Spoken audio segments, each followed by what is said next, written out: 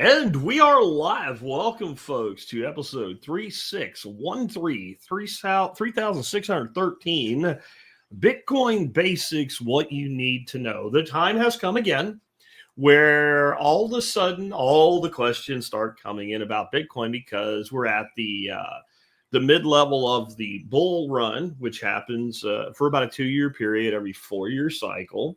And then we get all the news. Last year we got the ETF. Now we got potential Bitcoin strategic reserve. We've broken the $100,000 ceiling. And you tell people over and over again, buy Bitcoin while it's down, and they don't do it. And then they ask you how to buy it when it's up. But I think anytime's a good time to get started, because if you get started buying Bitcoin now with a regular basis, you will be here through the rest of this bull cycle. We have no idea where that will end, how high it will go, how far it will retract. But then you'll be able to participate in it when it does correct, which will be great as it's going down, because whatever it tops out at, there will be a correction. So what I'm most worried about doing today for you guys is a show for people that don't know what to do. You've either got a little bit of Bitcoin or maybe even have a lot because you bought it a long time ago and now it's stranded on the exchange. And you hear me talking about self-custody and you're terrified to do it or what have you, just to try to get you heading in the right direction. I also want to point out I am alone today. I'm a one-eyed man. That's really not a joke. I really am a one-eyed guy. I see about this far. Actually, I see way over here and about this far to this side, right? So that means that it's a challenge for me being myself and following questions. So if you want to ask me a question today, you need to put the word question in all caps, and then you have a pretty good chance of it. And I'm not just fishing for money here. I'm just telling you the truth is if you super chat me when you do that, I will absolutely follow up on it because the system will automatically start. I have it set so if you send me a 99-cent sticker or whatever the hell they call it, that will happen. So that's just one way to make sure that I see it. And as TN Permaculture says, never sell your corn. That's a slang term for Bitcoin. And I would agree with that, sort of. We'll even talk about that. When do you? Well, it depends. And it depends on a great deal of things. But in the end, it would be the last thing that I would part with is my Bitcoin. If I am selling Bitcoin to do something financially, something bad has happened, or I'm really old and I know I'm never going to run out of it. It's going to be one or the other. All right. So with that, let's dig into this, but start out with our sponsors, neither of which have anything directly to do with Bitcoin today. But life is too short for average, and biltong is delicious. And if you are embarking on a carnivore keto lifestyle, it's also the perfect snack and even meal. And you want to get real biltong from somebody that really knows how to make it. I'm telling you, that is Anton. Anton is an awesome dude. I've actually met him in person a few times. He doesn't even live that far away from me. He's been to several workshops here. He came to our place last November and actually showed people how to make biltong. He even sells seasoning to make your own biltong.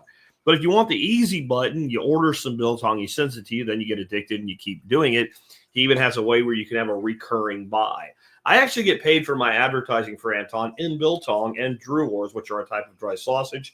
Once every 2 weeks, package shows up, and I eat it all before the weekend's over. Anyway, you want to check him out again. It's Anton's Land of Biltong. And we will move on now to our second sponsor today, which is Joel Riles with K9Academy.us. You definitely want to check this out if you're a dog owner. Unless you feel like your dogs are the most well-behaved animals on the planet, and anytime you even look at them, they know what to do, you probably could get better at training your dogs. And the time to learn this training, by the way, guys, you know when it is? Now, no matter what point in your life you are. If you are ever going to have a new dog come into your home, it's better to have these fundamentals down before that happens. If you have a dog with some behavioral problems and things like that, they can be corrected when they're 2, 3, 4 years old. It's just a hell of a lot easier if you don't have to do that. I advise you get over to K9Academy.us and sign up to take the problem-solving library, which is basically a brief free course. See how Joel does things, and if it makes sense for you, go ahead and sign up for the other options. With that, before I dive into today's topic, I actually have something you might want to spend some of your fiat on. I do have an item of the day we'll cover at the end, but I wanted to put this out right now because sometimes these things have a tendency to go away before I actually get the audio out and put out the Daily Mail and stuff like that.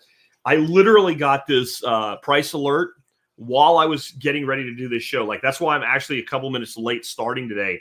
The Insta AccuSlim Sous Vide Precision Cooker, which is made by the same people that make the Instapot, it's on sale today for like $68 and change.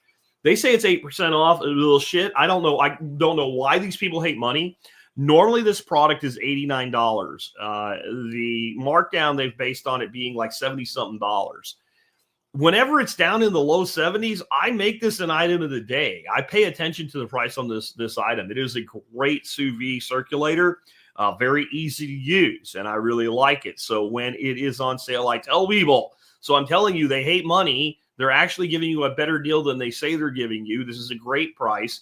And if you've been looking to pick up a sous vide circulator, I recommend you do it. And if you're listening to me live, you might want to use the link that's down there in the video notes and do it right now, because there is a possibility that by the time I get done today and the audio goes out, it won't be there anymore, because it does happen. That's a good reason, by the way, to be on the Telegram announcement group or list. Either one. You can find all that at my website, thesurvivalpodcast.com, and click on Get Social. All right. Now, let's explain how we're going to handle this today and how the show got created. So this is a collaboration between you guys, me, and ChatGPT. So I went to the Telegram chats, both for the show and for the alumni members only for workshop people. I went to Primal, which is Noster, and I went to X, and I think I might have posted it one other place and said, this is what I'm doing. I'm doing a show for like people that are new or just getting into it, or they're like a little bit advanced, but they're not way advanced. What do you got for me? And I got questions all over the map, from how do I buy my first Bitcoin, which is the kind of thing I was looking for, to very complex multi-sig tax structure, inheritance. And some of it is way too advanced for a show like this. But I took everything that sort of kind of fit, made a giant text file out of it, dumped it on ChatGPT, and I gave it a command. I said, distill this down to about 25 questions, make the questions simple, one-line questions, the way I like them. And feel free to add some of your own that you think would help this type of discussion. And it did that. And it got almost everything. I've added one to the end for you on something in particular that has to do with Orange Man. Somebody was, by the way, very upset that I called Trump Orange Man. He calls himself Orange Man at times as a joke. He has a sense of humor.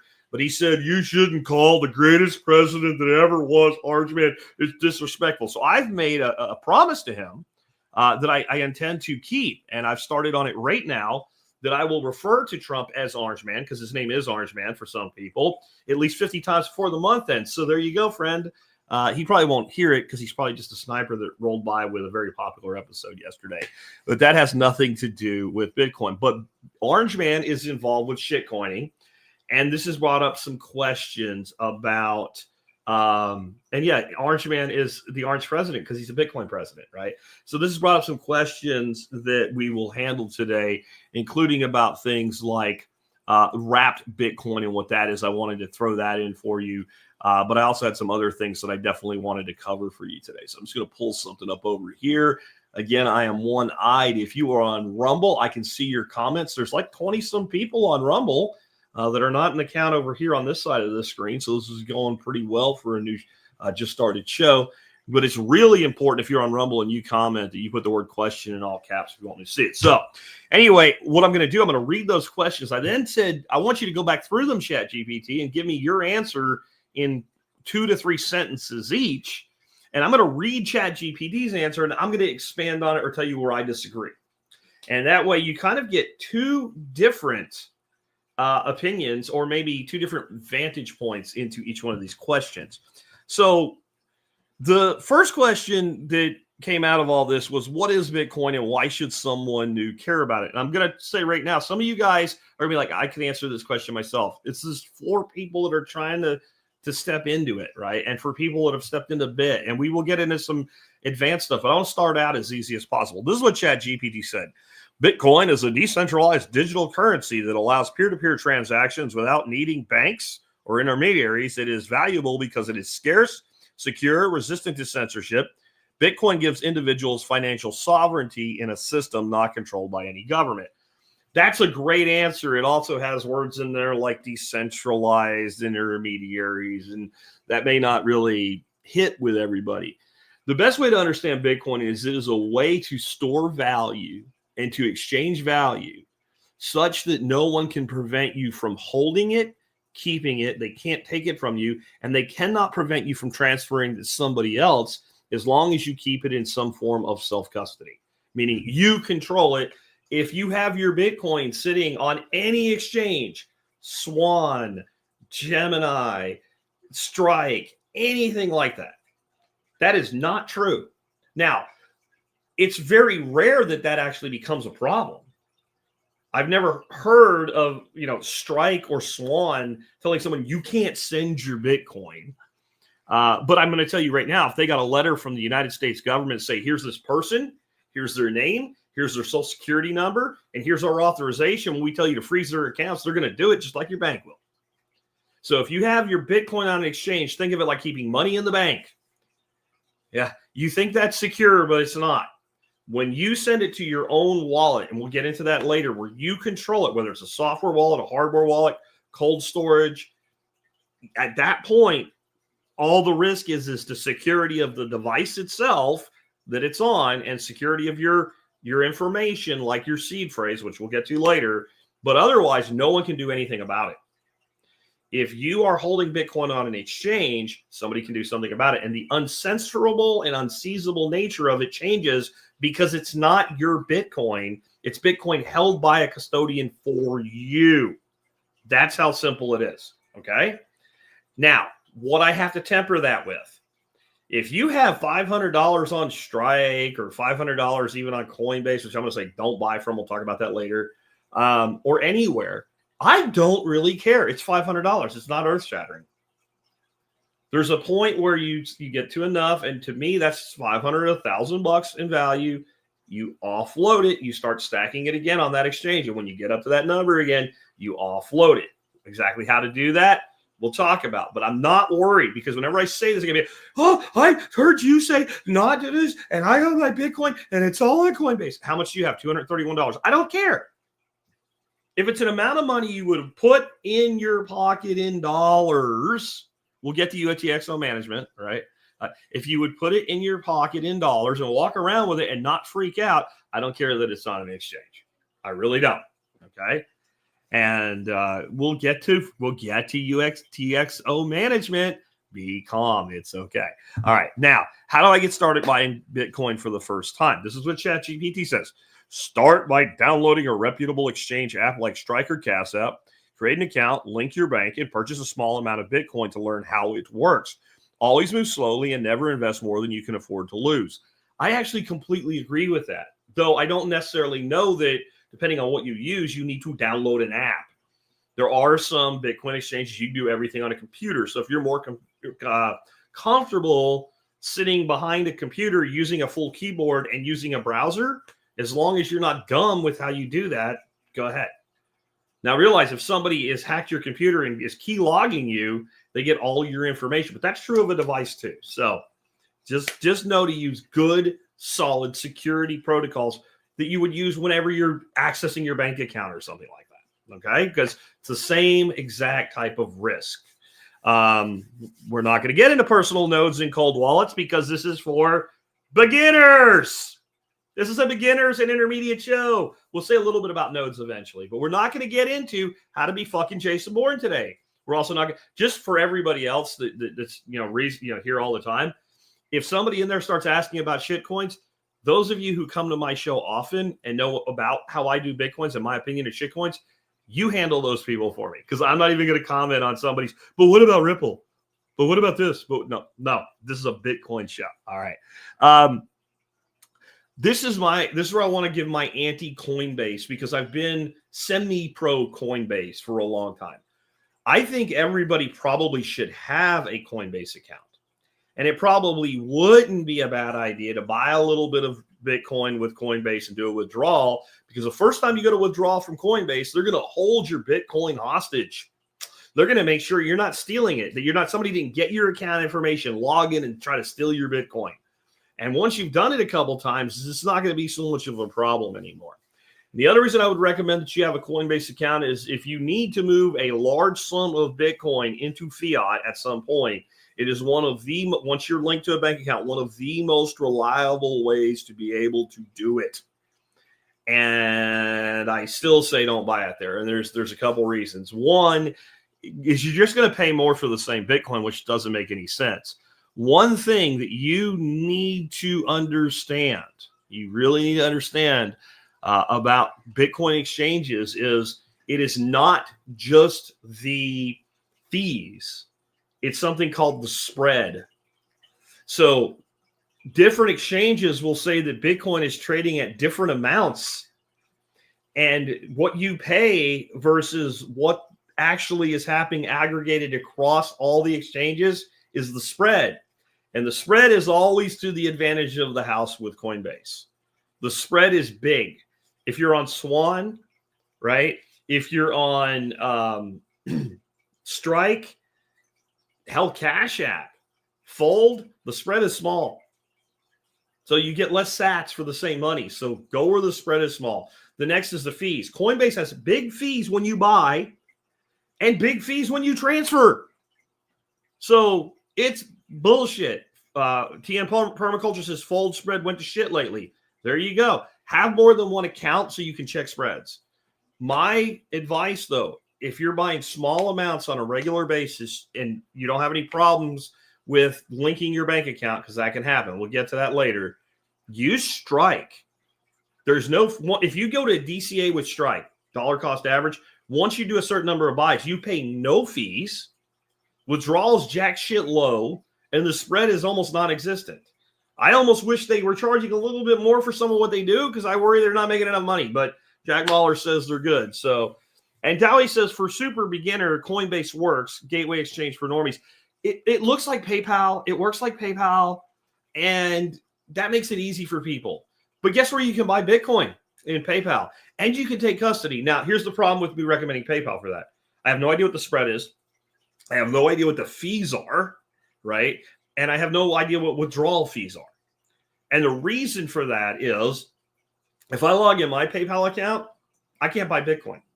Because for some retarded reason, if your PayPal account is a business account, you can't buy and trade Bitcoin in PayPal. I don't care where you buy your Bitcoin. Somebody's asking about Robinhood. I don't use Robinhood, so I don't know what the spread, the fees, and the terms are, okay? Look at the spread, the fee, and the terms. And if it works for you, it works for you. I don't care where you buy it, okay? As long as it's legitimate.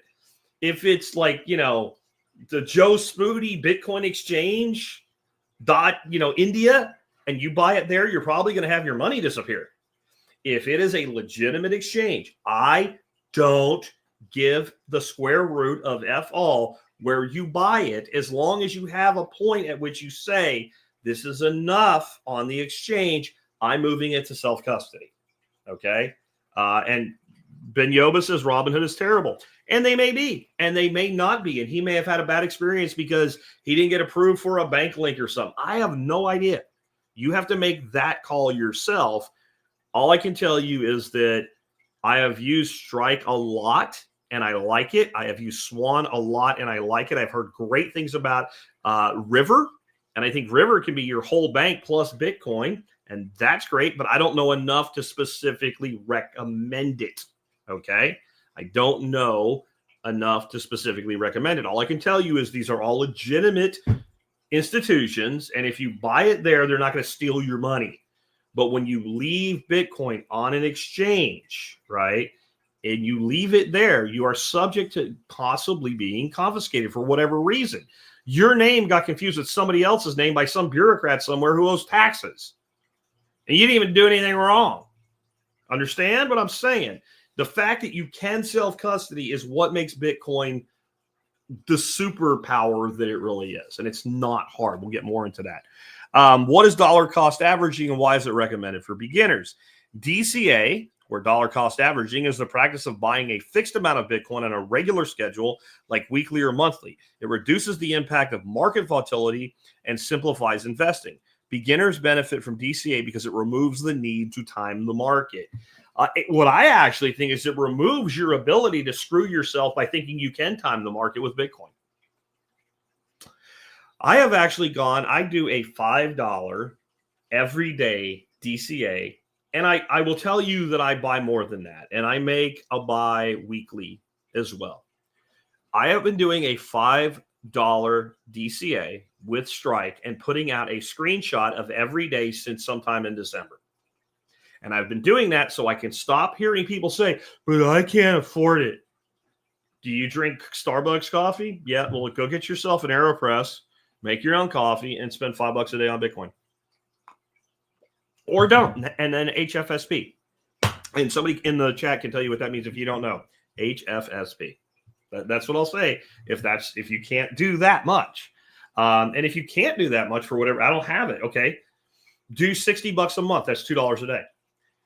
The beauty of a daily DCA is you're bouncing all over with the volatility, lowering your aggregate buy-in.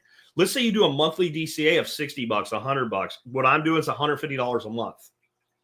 All right. It's your retirement. It's part of your retirement. If you're not saving at least that much for your retirement, work harder, get a better job, and lean out your budget because you need to be, because it's going to be expensive to retire. And the longer it is till you retire, the more money you're going to need.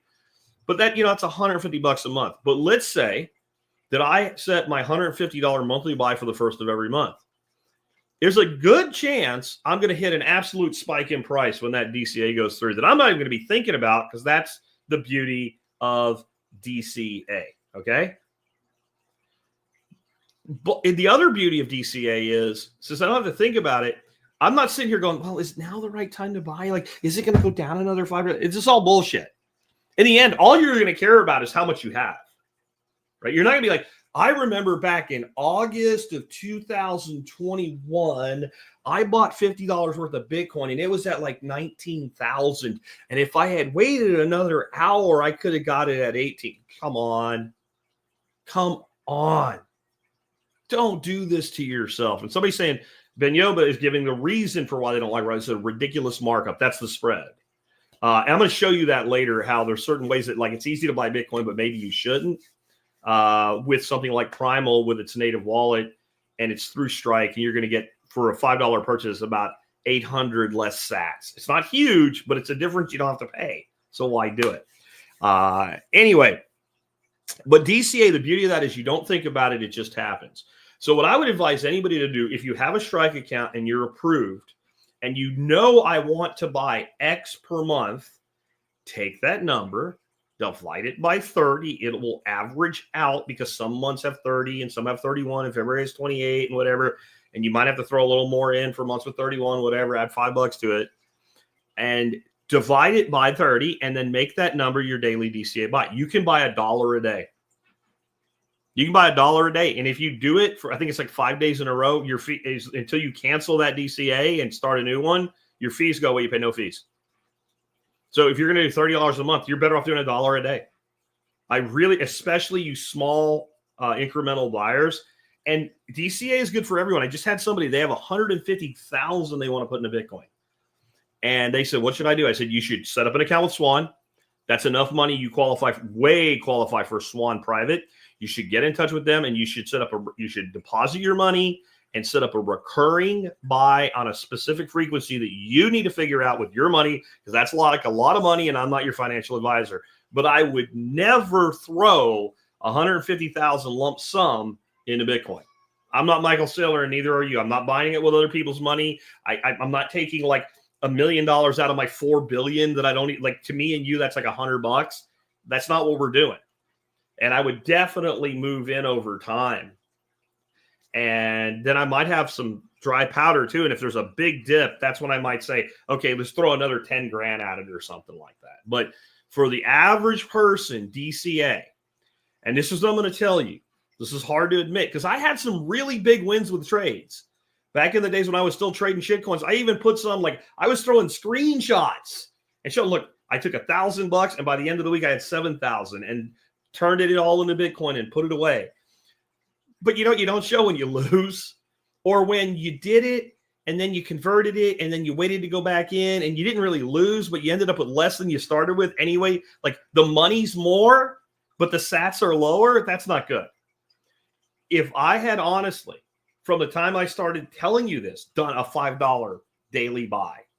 From 2013 to now, I don't know if maybe I'll be doing 2 shows a week. Okay, right? Like, I'm just being honest with you that the best course of action is trickle money in over the long term and don't touch it. Okay. And the beauty is you won't pay any taxes. We got some tax stuff later. Why is Bitcoin still valuable, even if the store I shop at doesn't accept it? Is gold valuable? Is gold valuable? If I gave you a pound of gold, would you say, I don't want that shit, the store doesn't take it? Do you see what I'm saying? Because somebody else will. Because it can be converted into fiat for now. Because you're not trying to go to the store. Like, the people that make up this shit about the reason that this shitcoin is better is because you can buy a coffee and a scone with it. I've never met a person in my life like, man, bro, I've been trying all day long to find a place to buy a coffee and a scone for Bitcoin, and I can't find one. It's just not the thing that you need to be looking at this point. The reason stores don't take Bitcoin is because it's a tax and accounting pain in the ass. The only way I, as a merchant that has a revolving cash flow, can take a volatile asset is it must immediately convert to dollars. That's where things like Strike come in. If you want to spend your Bitcoin, you Strike.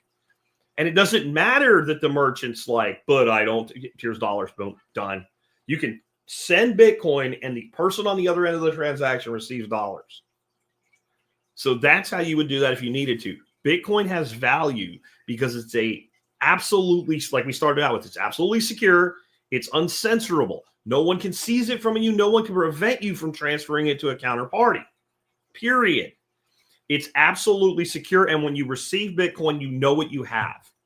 If it says you just got 25,000 sats, you got 25,000 sats. And even though you have to wait 10 minutes for the final confirmation, when it shows, has anybody here ever gotten a confirmation in their wallet that it was coming and then it didn't? Ever? I mean, it may have happened. It's never happened to me. And I've been doing this for 12 years.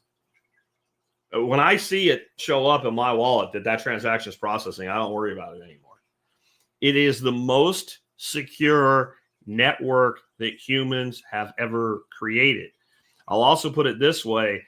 When you hear people like Jamie Dimon or what's her name, Janet Yellen or Jerome Powell or anybody talk about how they don't like it and it doesn't have intrinsic value, my brother, my sister, you, Jerome Powell, you freaking Jamie Dimon, you, all of you peoples, all you banksters, all you oligarchs, all you bureaucrats, all you people with all the power and money that hate it, and you can't do anything about the fact that you hate it except sit there and cry harder, you are the intrinsic value. The fact we have created a way to store and manage and transfer wealth that the people that hate it the most, that are the wealthiest, the most powerful people in the world can't stop, that's its value. And this is done by hundreds of thousands of people around the world running nodes and running mining rigs, securing and stabilizing the network.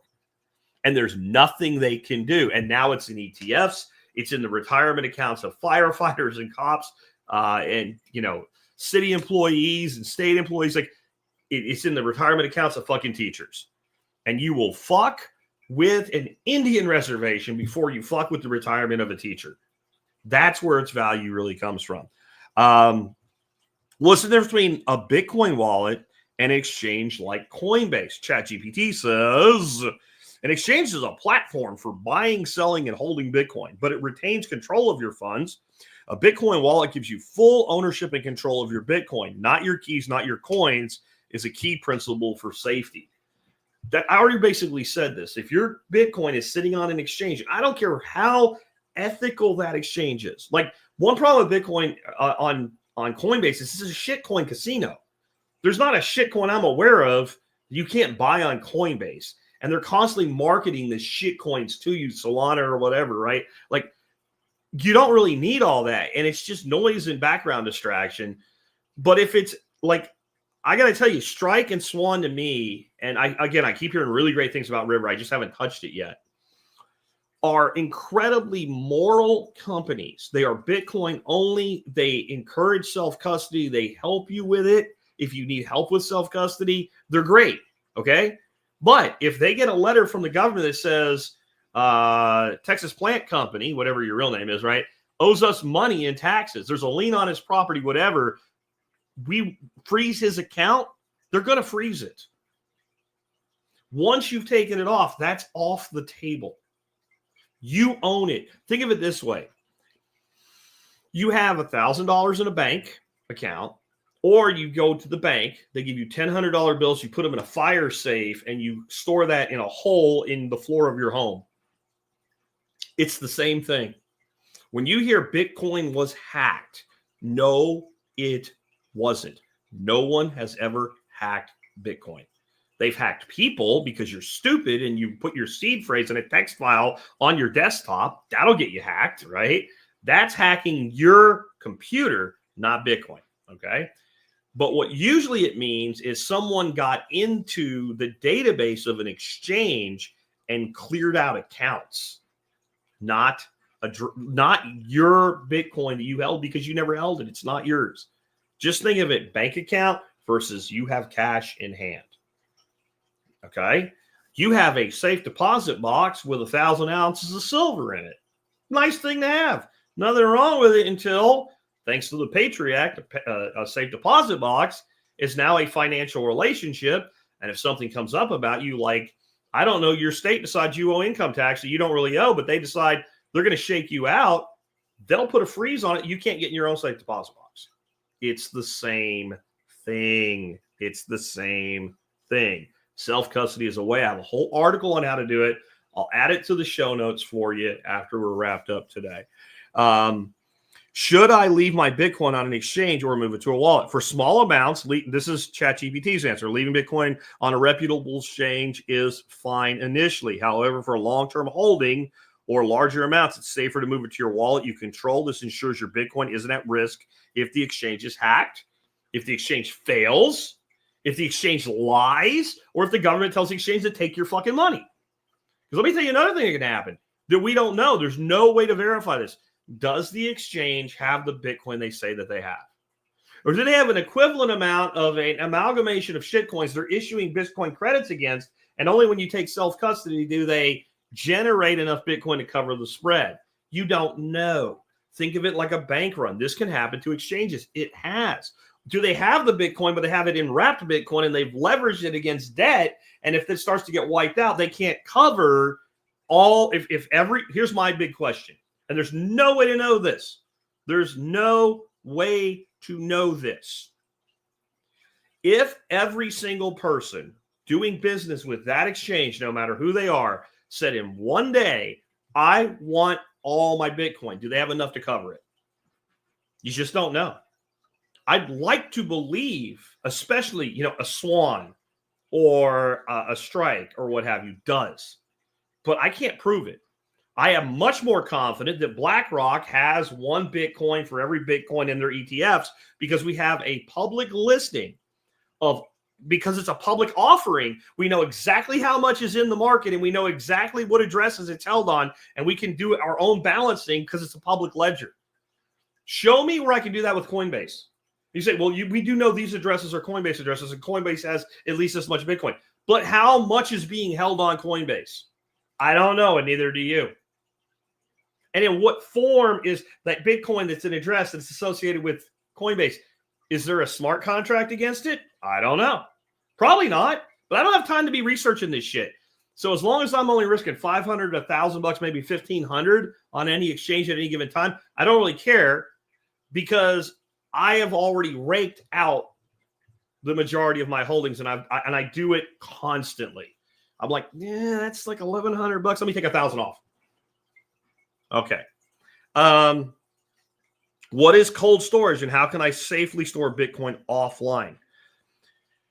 Cold storage means keeping Bitcoin in a wallet that isn't connected to the internet like a hardware wallet. Devices like Ledger, I do not recommend them, or Trezor are popular options. This protects your Bitcoin from hacks and online threats. I do like the Trezor. I like the Trezor Model T. There are many good hardware wallets. You do not need to buy this because I said I like it. This is my issue with recommending products. Jack Spirko is not your tech support department. You can, there are hardware wallets that I have a high opinion of because of what other people think, but I've never used them, so I don't know what their customer support is. I know if you have a problem with your Trezor, that you can contact Trezor, and unless you've done something stupid like lost your seed phrase and can't recover it and can't get into your wallet, but if you have basic use questions, how do I?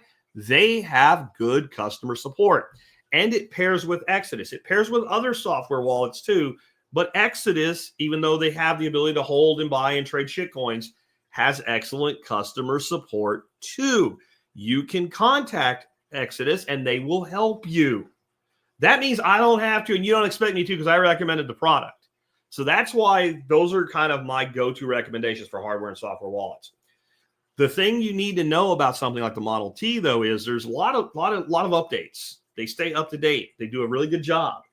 And what that means is, even if you keep this like you should in like a fire safe or something, I have to get mine out when I'm going to show it to you. You need to get it out at least once a month. You need to plug it in and sync it with your software wallet because it will use a software wallet of some form.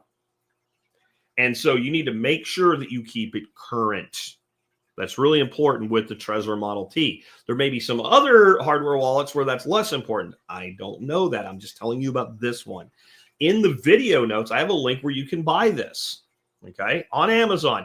Don't buy it on Amazon. Don't buy it from anybody except Trezor directly on Amazon. Never buy a hardware wallet or any Bitcoin hardware of any kind from anybody except the manufacturer themselves.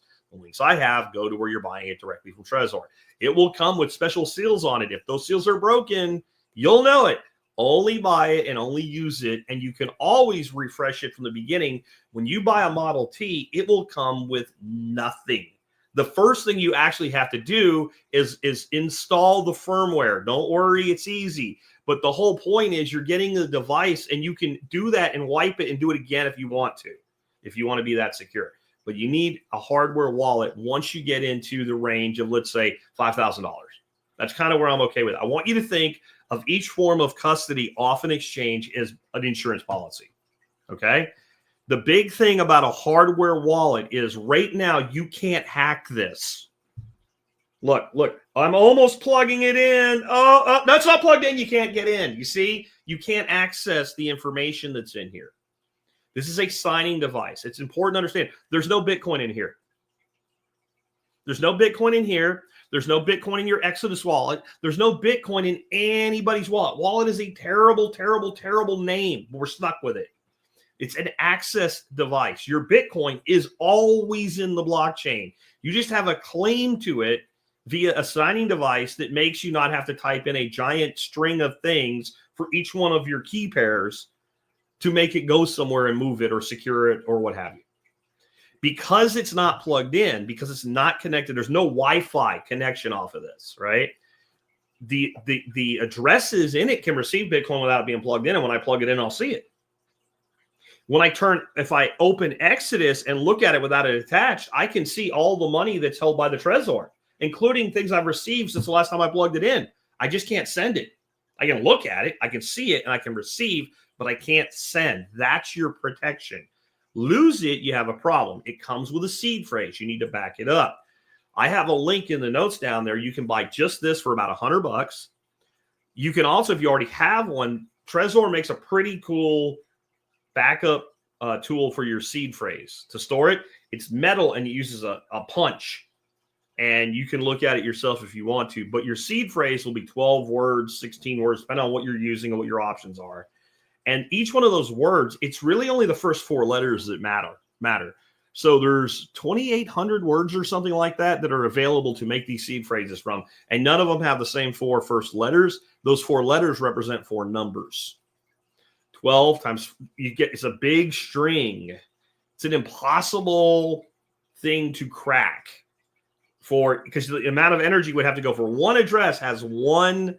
Or there's a seed phrase for the whole wallet. I'm in a different place there. Forget what I just said.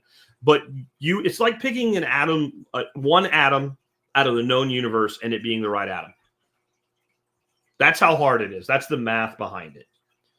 But if you lose it, you have a problem. So you need to make And the beautiful thing about Trezor, when you set it up, it will make sure you did it. You will have to say, this is the seed phrase back to it. It'll check you and make sure you did it, because if you don't, no one can help you. The beauty of self-custody is no one can take it, no one can access it, but that means you're responsible for it. Okay. Again, if you have questions, I don't have hardly any questions now. They need to have the word question in all caps. If you're just talking, I assume you're talking to other people, not me. Okay. But I have a lot of people that ask me, well, should I just simply take this old laptop, stick Exodus or something, Koinami, whatever, wallet on it, and have it to where, let's say, it doesn't have a Wi-Fi card, disable the Wi-Fi card, RJ45, and when I want to use it, I have to actually plug it in to my router, right? Or I can just switch off the Wi-Fi, shut down the computer, and store it securely, and then I have cold storage. You have cold storage. This is my thing when people do that. Okay. A properly made secure device that is constantly updated by the manufacturer with a secure seed phrase that does exactly what it's supposed to do, that's made for the purpose, is $100. If you're using an old device, I assume that old device is not really, optimum anymore. There's a reason you retired it. So now you're trusting your security to a device that's faulty in some way, aged in some way. So maybe that's not the best idea. You also have something much bigger to secure and much more at risk to damage. Now, as long as you back up your seed phrase, you can always restore it, right? You can always restore it. But if you lose it, it's gone. And I don't see, using some old phone that may one day I try to turn it on, not work, is a better alternative than this. Okay? And it's a lot more likely that it could end up somebody breaking into it. There's something you need to know about this. To use it, for me personally, I have a password-protected Exodus wallet. And then I have a PIN number to go in here. And you have to enter that PIN number, and you have to use the password for the software side. So you need two. Well, it's almost like a two-factor in of itself, okay? But there's another level of security that comes with these that I really like. When you go to put your PIN number in on a phone, you can almost do it without looking because it's laid out a certain way. You've done it so many times. Well, that means it can be key logged just by location. 1, 2, 3, 4, 5, 6, 7, 8, 9, 0 in the center, right? What this does is every time you plug it in, it brings those numbers up sorted. So there's no pattern that can be discerned by somebody that would have to actually be able to get enough hacked in when you plugged it in to actually see the numbers, not just the location, which means you really need to look at it because an 8 and a 0 look a lot alike. And I think you get 14 or 16 attempts for it to lock. And if it locks, I really don't know what happens. So that's just another thing to know about that. What should I do to secure my Bitcoin keys and seed phrases? Let's see what ChatGPT gave us for an answer to that. Write down your seed phrase or your recovery phrase on paper and store it in a safe, secure location. Never trust it or store it digitally to avoid hacking risk. Consider having multiple backups in different locations for added safety. And I'll give you some additional things you could do. One thing you could do is, let's say that you wanted to make sure that your son, if you died, or like, let's say my wife and I die in a car wreck, we have a way to make sure my son can get access to this. You could simply make sure they know where to go and how to get into, let's say, a strong box or something like that in the event of your death. But I don't know, maybe your son's a dirtbag on drugs and he could break in your house. So there's ways beyond this, but you could also have like half the phrase already in possession of somebody, and then they need the other half of it. There's a lot of ways to do that, but the big thing is to make sure that you have it, you can get it, and you have a plan if something horrible happens to you, like a traumatic brain injury, or you die, that someone else somewhere can get to it, even if maybe that would require a third party that will release the information when it's confirmed that your wishes are being followed, okay?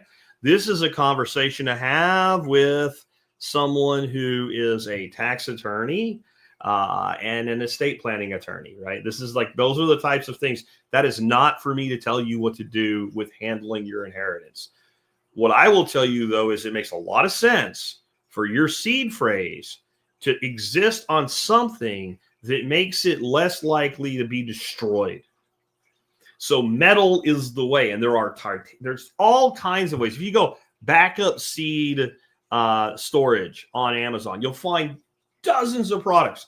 There's no security risk to them unless it says, enter your seed phrase here, we'll custom print and mail it to you. If you do that, you will deserve what's about to happen to you. Don't fall for crap like that. What you'll get is there'll be some way for you to do it once you get it. The one that I have down in the notes down here is basically a cylinder, and it goes inside another cylinder, and it has a tamper-resistant sticker that will tell you if somebody pulled it open. So you'll know, and you can do something about it, okay?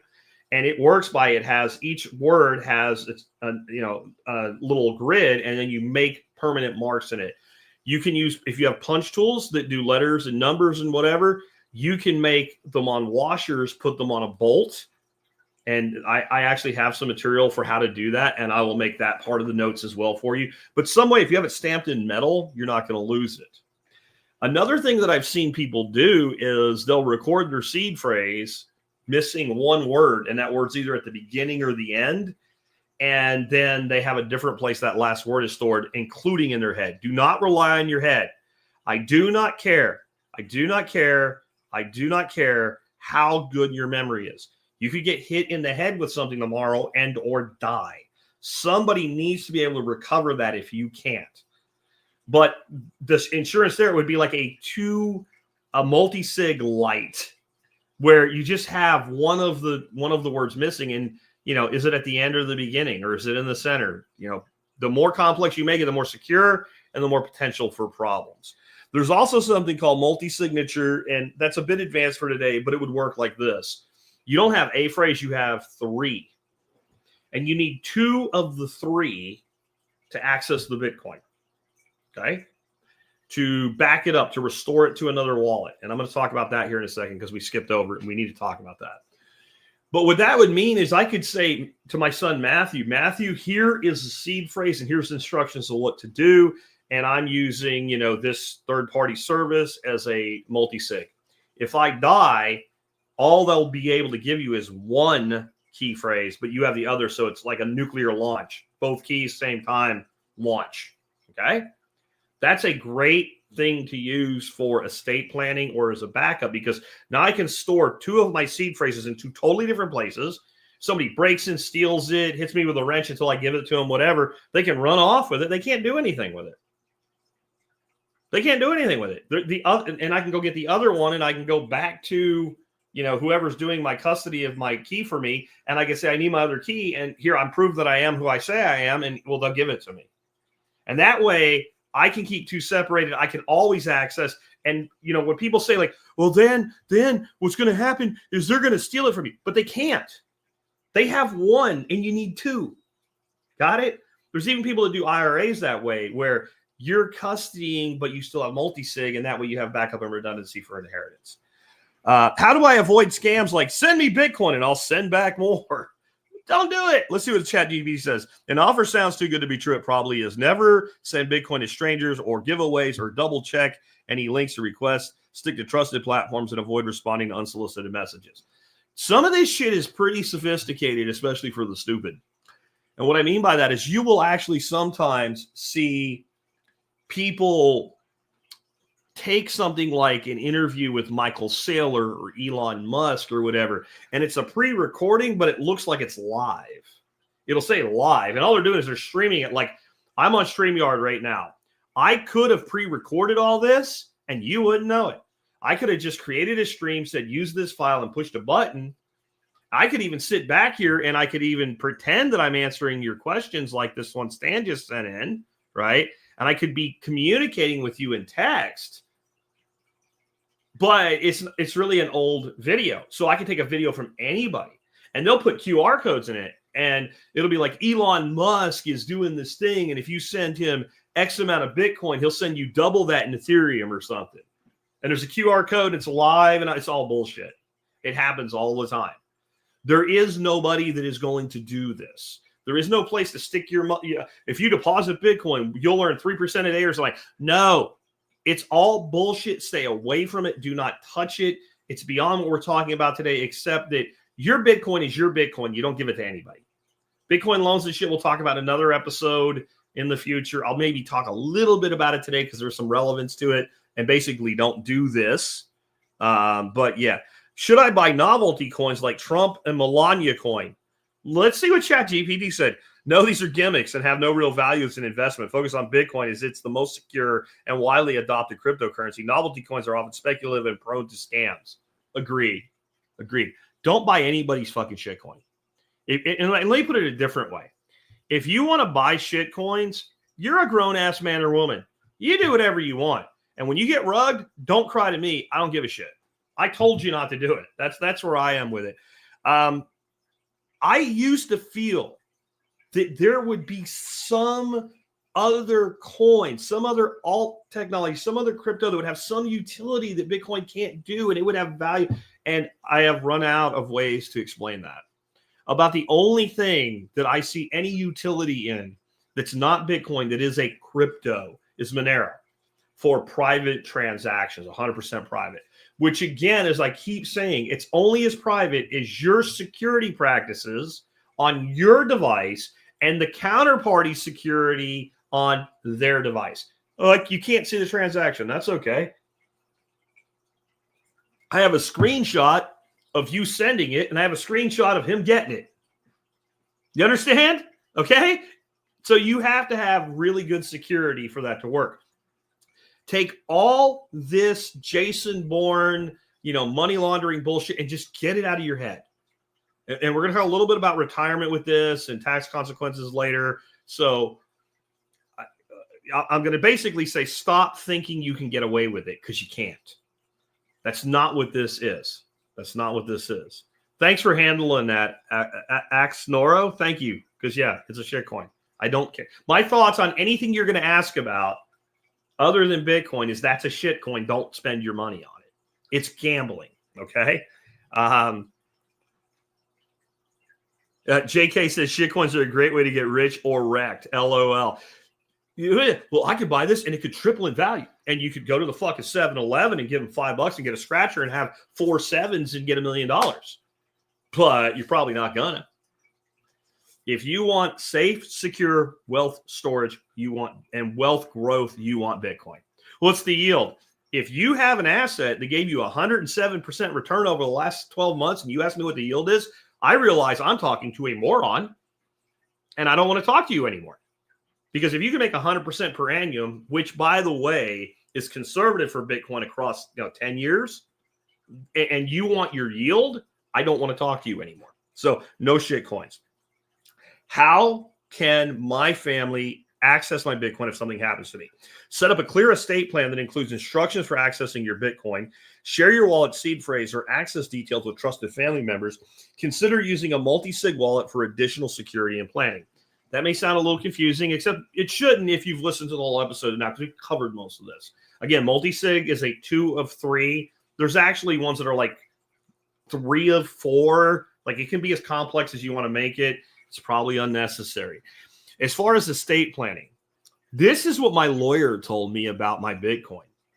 Until you are in the range of exceeding what is exempt as inheritance, don't even put it in your will. Just put that everything goes to these people.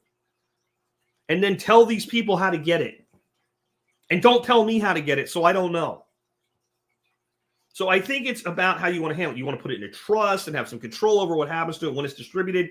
These are all tax professional and estate planning professional and lawyer questions that are unique to every single individual. Is going to be a little bit different, right? You know who I'm leaving it to? My son. My son gets everything if my wife and I kick off at the same time. That makes it pretty simple. Am I dividing it up against, like, if I had 12 children?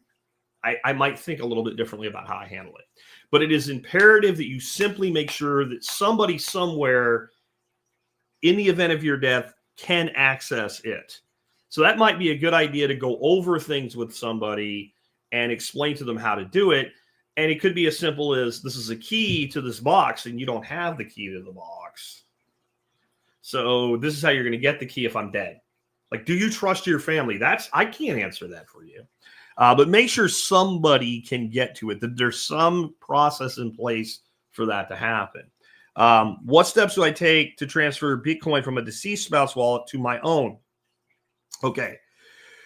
Locate the seed phrase, recovery phrase, or exchange login of the deceased wallet. Use the information to access the funds and transfer them to your wallet. If it's on an exchange, contact the support team for assistance with this process. Man, I'm going to tell you, this is something you should have. You should have a open-ended, what's the word for it? Where you have, like, you can act as somebody else. I can't think of what it's called right now. It just went out of my head.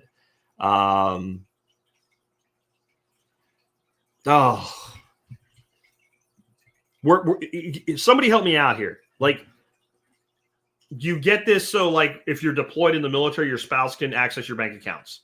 Or if you're not a delegate, there's a word for it, and it's just a phrase. Power of attorney. Fuck, why couldn't I remember that? Holy shit, thanks, guys. A bunch of people came in with it. Power of attorney. You should have a power of attorney. Technically, it will kick in if you die, but you don't know what some exchange or something's going to say about it. Like, this person's dead. I'm their heir. I have a power of attorney, right? Like, and you got to be careful. A limited power of attorney specifies as under what circumstances that you can do things as that person. If you don't have it on the exchange in the first place, it won't matter. So the person that asked this question, I got some clarifying stuff with them in Telegram today. And this basically is the person they know, the one spouse died, the other spouse doesn't have it. The money's on Coinbase. You probably, it's not trustee, it's a power of attorney is the word I was looking for. You probably don't need to do anything if you have that person's login in information on Coinbase. You just log in and send it somewhere else. You have your own wallet, take self-custody. Your spouse didn't have self-custody for whatever reason. You put in an address and you send it. Now, how much is there? If there's $200,000, there may be some alarm bells that go off as you start withdrawing it. Another reason I don't like Coinbase, okay? Because they'll let you accumulate that much and never say a word about it. They love when you keep your Bitcoin there, which is another reason I suspect they don't have the Bitcoin they say they do, okay? I'm not saying they don't. I'm just saying I don't believe that they do, okay? There's no way I can prove that. And I can't prove that they do either. That's the problem. So you just send it to yourself. And that's where you might want to have some paperwork ready if they start asking what's going on. Well, Bill died, and I need the money now, okay? If they have a wallet, it would be like, then you just take the wallet. You don't really need to do anything. You have, as long as you can access the wallet, you have it. You don't really, it doesn't, if I were to die, all Dorothy needs is the passcode for this. She has no need to move the money. It's here. It can be used for whatever she wants, whenever she decides she wants to use it. There's no reason for her to move this. Like, there's no need. If you possess this and the data access this, then you possess the Bitcoin. See how that is? And I think the only way this really becomes a problem is it's on an exchange. If it's already in a wallet, it's there. Now, let's say you had your hardware wallet. Maybe you have several of them. Because I'm going to tell you, if you have like $2 million of Bitcoin and it's all on one hardware wallet, bro, no. You know, 2 million, I would say maybe you're looking at 8 of the damn things and dividing it up. There's a good tax reason for that. We won't get into today either with some new things that may be coming. What if the seed phrase is compromised? Send it back to the exchange. Just move it to another wallet. That's what you would do there. Just move it to another wallet with a different seed phrase. Some wallets you probably can change that, but I'm not sure on how you would do that in a lot of situations. You just move it to a different wallet, which is what you would do. I mean, if I thought that happened short term, I would just download something like Exodus as a software wallet and send all that shit there, because even the fees or whatever, like it's better than losing it all. If you really believe it's compromised, then you can set up a new, you can actually wipe that hardware wallet, reestablish a new seed phrase, and then put it back in. Builder said you can't change it, and that makes sense to me that you wouldn't be able to change it. What I meant more is With some wallets, you could probably actually, it's one device and you can set up a second wallet and move it over on the same device. That's kind of what I'm saying there. But if somebody's dead, as long as you have access to it, you just send it wherever you want it to go. You don't need to do any paperwork for it, is what I'm getting at. It's a bearer asset. Let's look at it a different way. There used to be something called bearer bonds. And the most famous bearer bonds came from the Vatican. And if you had that bearer bond, you could go somewhere and it paid, it had a face value and an interest rate. And if it was past maturity, it continued to accrue interest. And you could take that bearer bond and you could go to any place that would cash a bearer bond in and go, I want this. Give me money. And they would give you. Now, they got rid of this shit. There's still a few floating around here and there that have to be honored, but I don't know anybody issuing them anymore and haven't for a very long time. But if I had the bearer bond and I died and you were my wife, the transfer of custody is I'm dead, you pick it up, you have it, you have the bearer bond. That's how a Bitcoin is in self-custody. If you have the device and the information to access it, you have the Bitcoin. No one needs to know about it, especially if it's under the threshold for taxes for inheritance. And as far as I know, I don't know anywhere where there is a tax on anything that is left to a spouse. Children, there's an amount, a total amount and an individual amount. And if you're exceeding those, and you have a lot of money and you probably have good advisors in your life for finance and for legality. And if you have the kind of money where you will exceed the inheritance exemption and you are not managing your money with a trust, you don't have good advisors and you need new ones, because no decent advisor would let somebody with that much money not use the trust or group of trust for management. That's a different thing that we're talking about today. Is it worth getting out of a Bitcoin ETF and into actual Bitcoin, even with tax implications? Before I even read this, I'm going to tell you I disagree. I totally disagree, and I'll explain it after I do. ChatGPT says, yes, holding actual Bitcoin gives you full control and removes counterparty risk. I agree with that. Assess the tax costs carefully and plan a transition to minimize your liability. Owning Bitcoin directly also ensures you benefit from its core principles of sovereignty. I'm going to ask you, why do you have an ETF in the first place?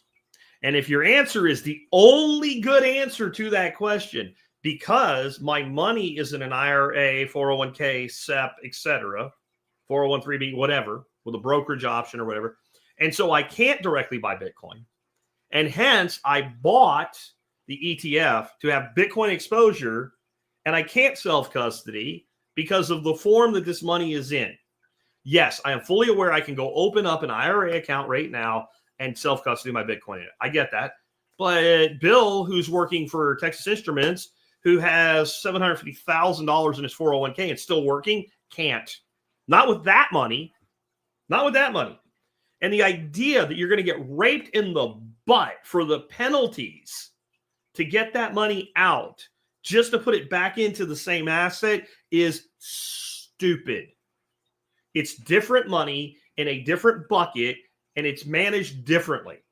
So if you went out and you bought an ETF with money that's not held hostage, you shouldn't have done it.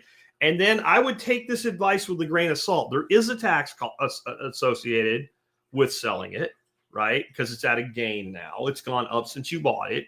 And you have to decide tax-wise where and how. And that's a conversation with your CPA. Okay. Now, if it's going to cost you $200, just do it, right? If you have to pay like $200 because it's a small amount of money, I don't know why you did what you did. Fine.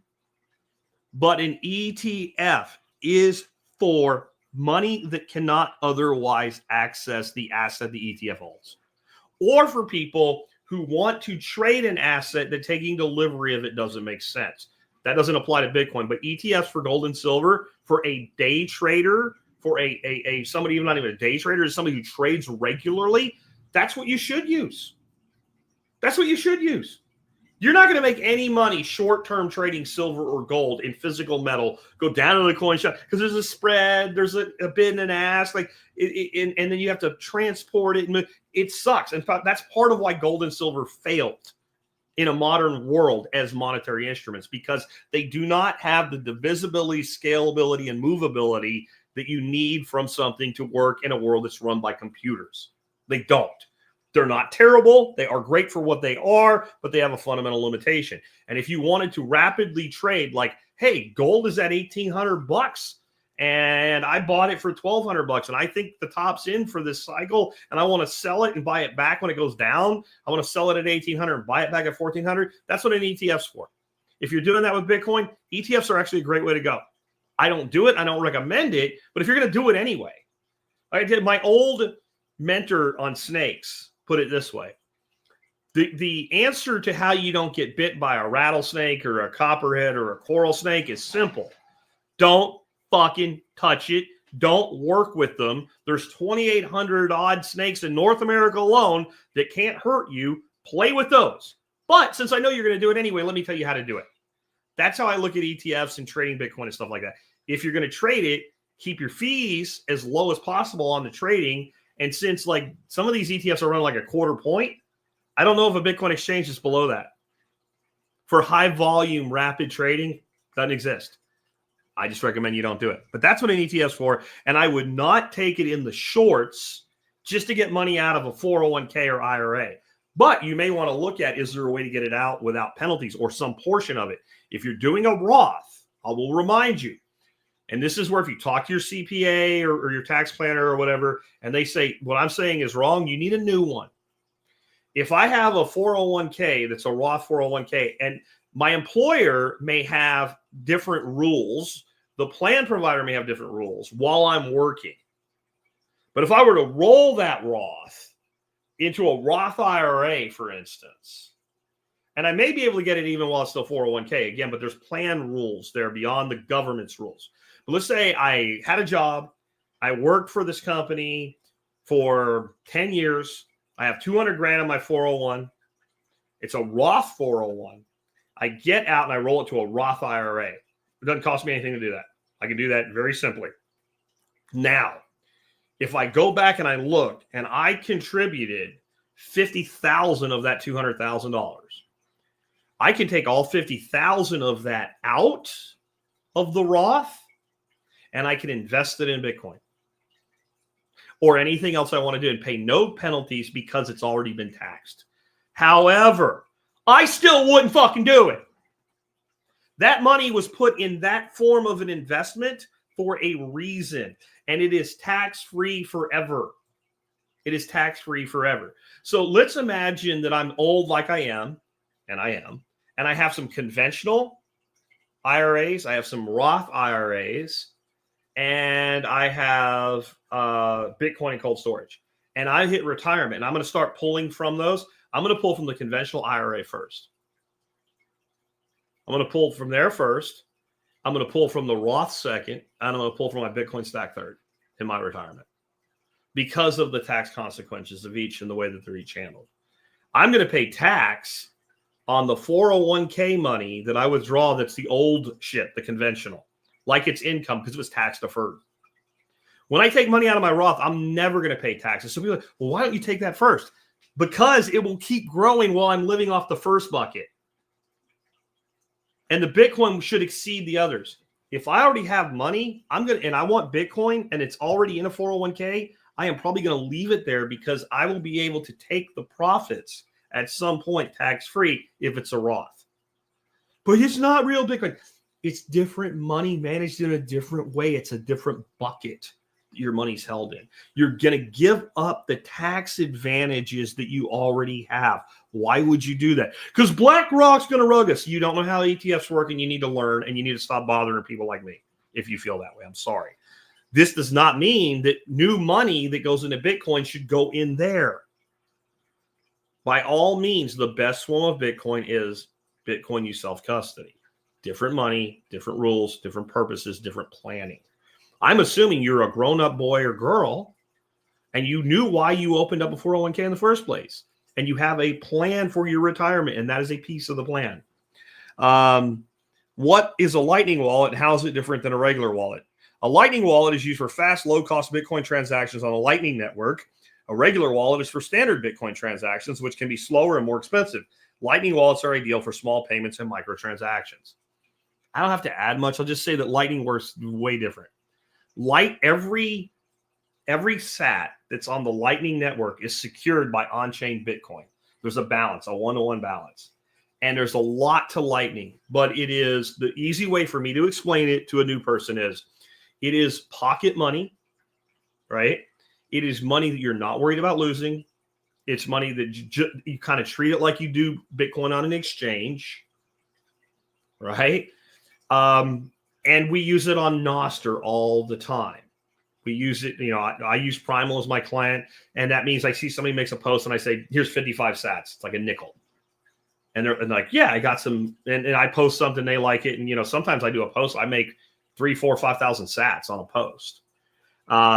Low cost purchases, things like that is what Lightning works really well for. It also is the heart that drives applications like Strike that allows this conversion of Bitcoin to dollars or dollars to Bitcoin during the transaction itself with final settlement on the other end. It is something that most people don't really need to worry about. If all you want to do is hold Bitcoin long term, having a Lightning wallet won't help you. It is a spending and receiving tool. And it makes a lot of sense if you sell low-cost items to people that want to spend Bitcoin and you want to accept Bitcoin. My real view, though, until they change the tax rules to something that makes any kind of sense, because right now it doesn't. If you want Bitcoin, sell shit for dollars and take the surplus capital, buy Bitcoin, and put it in cold storage. You will be much better off. But I love people getting into Lightning for things like value for value exchange on Nostr.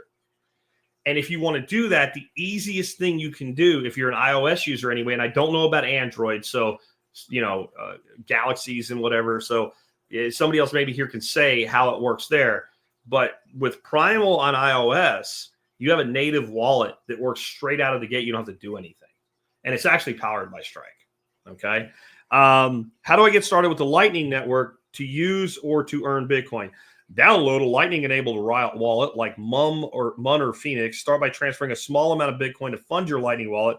Look for platforms or services like Nostr that allow you to earn Bitcoin through Lightning transactions.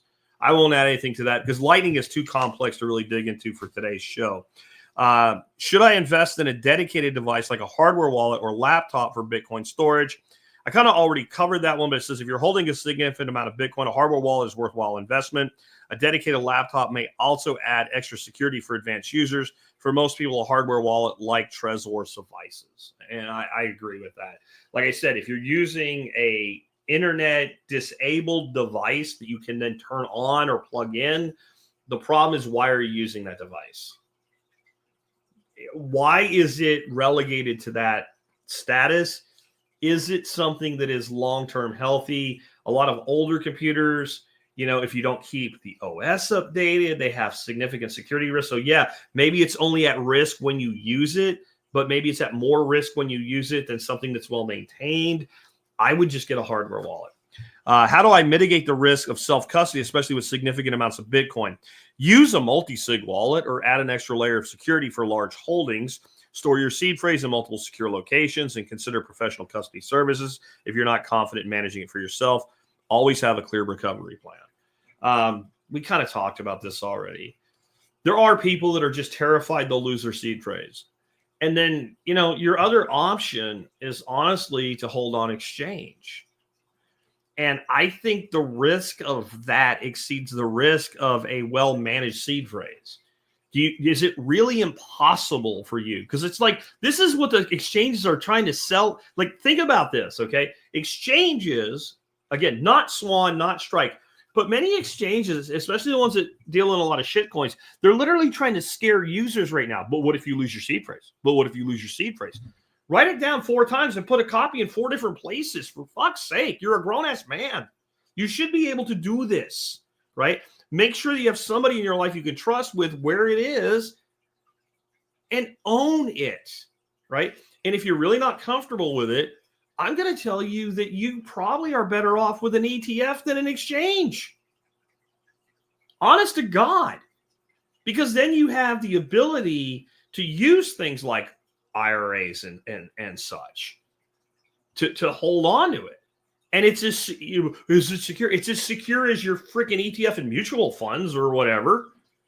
It's as secure as your Ford stock, right? If you're already giving up self-custody, then you're probably better off in a more conventional brokerage account with lower fees and less risk and not being adjacent to a bunch of shit coins. I know people will get mad at me for that, but it's only because I'm giving you an option other than self-custody, and that's what you're asking me for. My number one suggestion is self-custody. How do I okay, I already did that one. What does running a Bitcoin node do, and do I need to worry about it? Running a node allows you to validate transactions and contribute to the Bitcoin's decentralization. Most people don't need to run a node for basic Bitcoin use. It's more of an advanced feature for those deeply involved with the ecosystem. I agree with that. I've run a node for a long time, though it's not hard. But it doesn't do much for you. If you're running a node and you're running a wallet that connects to that node, it can enable some additional privacy. Unless you really know what you're doing, though, it won't. It's still that every transaction is on the public ledger, on the public blockchain, and can be tracked.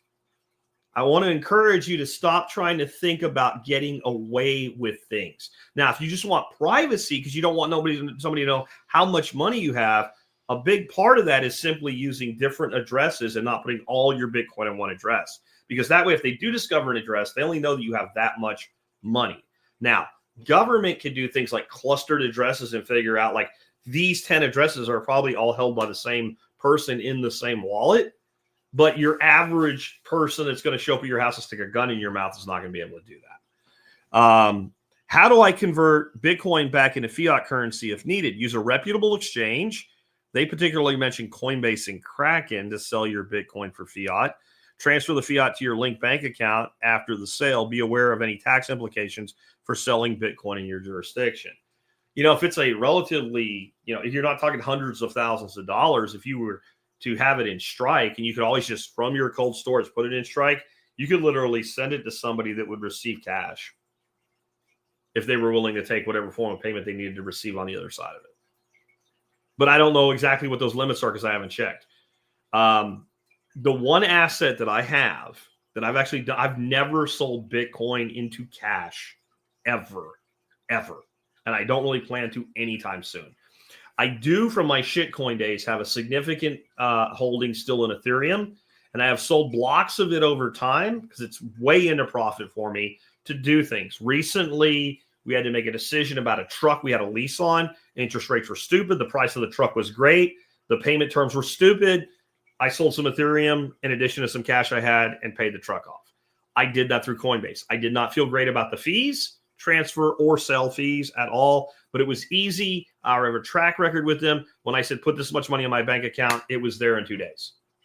So I don't like Coinbase, but it might have utility. What I would say is if you're in that situation, look at every place you have an account with now and see what their terms, their limits, and their time frames are on that. And it's always okay to ask the counterparty, will you take Bitcoin? They might say yes, right? Many will say no. Like fucking Toyota's like, no, we don't even want to hear about it. And that is too bad. And I think that, again, this is a tax policy issue. I can't get into the accounting, but it's a real pain in the ass to be taking something that's volatile, record its price when you received it, record its price when you divested of it, because you have to treat it like it's a stock. It is holding Bitcoin is like holding stock in a company, but I can transfer the ownership to you. That's a good way to think about it. It's not the same, but it's a good way to think about it. What are UTXOs and why do they matter for understanding Bitcoin? UTXOs, unspent transaction outputs, represent the amount of Bitcoin you own after a previous transaction. They are the building blocks of Bitcoin's ledger system and affect transaction fees. Understanding UTXOs helps when planning efficient transactions. It's not exactly true, but the easiest way for you to think about it, each address is a UTXO. So all that means is that if you have somebody paying you in Bitcoin, it's like $75. We used to tell you all the time, generate a new address and receive it to that new address. And every transaction do that. This created a mess as fees went up. And now what I'm going to tell you is you probably should have individual addresses holding at least $1,000 up to $5,000 or more. And the bigger the balance on an individual address, the lower the cost to move large amounts of Bitcoin. They each will generate different forms of fees. So if I have an address with 50, an address with 100, and an address with 500, and I need to send $650, I have $650. I can send them. They'll all combine and go to a single output UTXO on the other end. But it will cost me more to send that $650 that way than if I had $5,000 in one address and sent it. It all came out of one address. The remaining balance on that address is the UTXO. That's why I said it really is an address, but it's not. The UTXO really is what's still there, right? So if it's just an address, that's one thing. But what's on it? How much money is held in it? And if you did that and you drop down the value of one of your addresses, as you deposited, you probably would want to bring it back up to whatever you've decided to manage it at. When you hear somebody say something like fees are low right now, it's a good time to rebalance your UTXOs. It sounds very complicated. All they're saying is send Bitcoin to yourself. Like send, you have all these addresses. So from those, send to one new address and combine it. That's all they're saying. Or take your biggest one and send your little ones to your biggest one. That's what they're saying to do. That's all they're saying to do. This is where some more advanced wallets, node running, etc., makes things a little easier to manage. And that's the real advantage. But if you're starting out, you don't have these problems. Just use good common sense and keep building up those UTXOs. It's also the case that there's new tax shit where they're basically used to be first in, first out, or managed by UTXO. The simple way to do that is once you have a wallet, get to a certain amount, stop adding to that wallet, get a new wallet and start stacking in the new wallet and keep good records of that.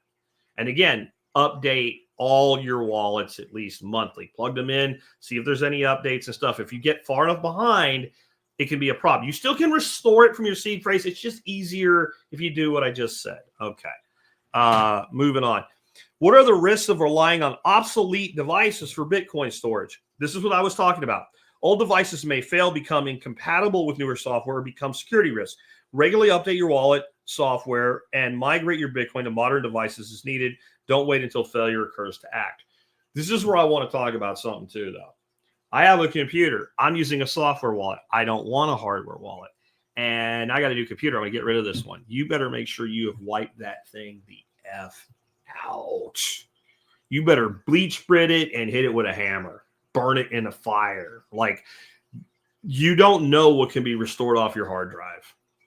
You don't know. So make sure you're careful with disposal of old devices that you've previously used to manage your Bitcoin. You may even want to rebalance your UTXOs when that occurs and move to a new device altogether. Again, if you're using a hardware wallet, that all goes away. Let's say I do my best to wipe out the MacBook that I'm talking to you through right now. And somebody recovers my data and they are able to restore and look at my Exodus wallet there. Have fun with the $50 that's on the side you can spend.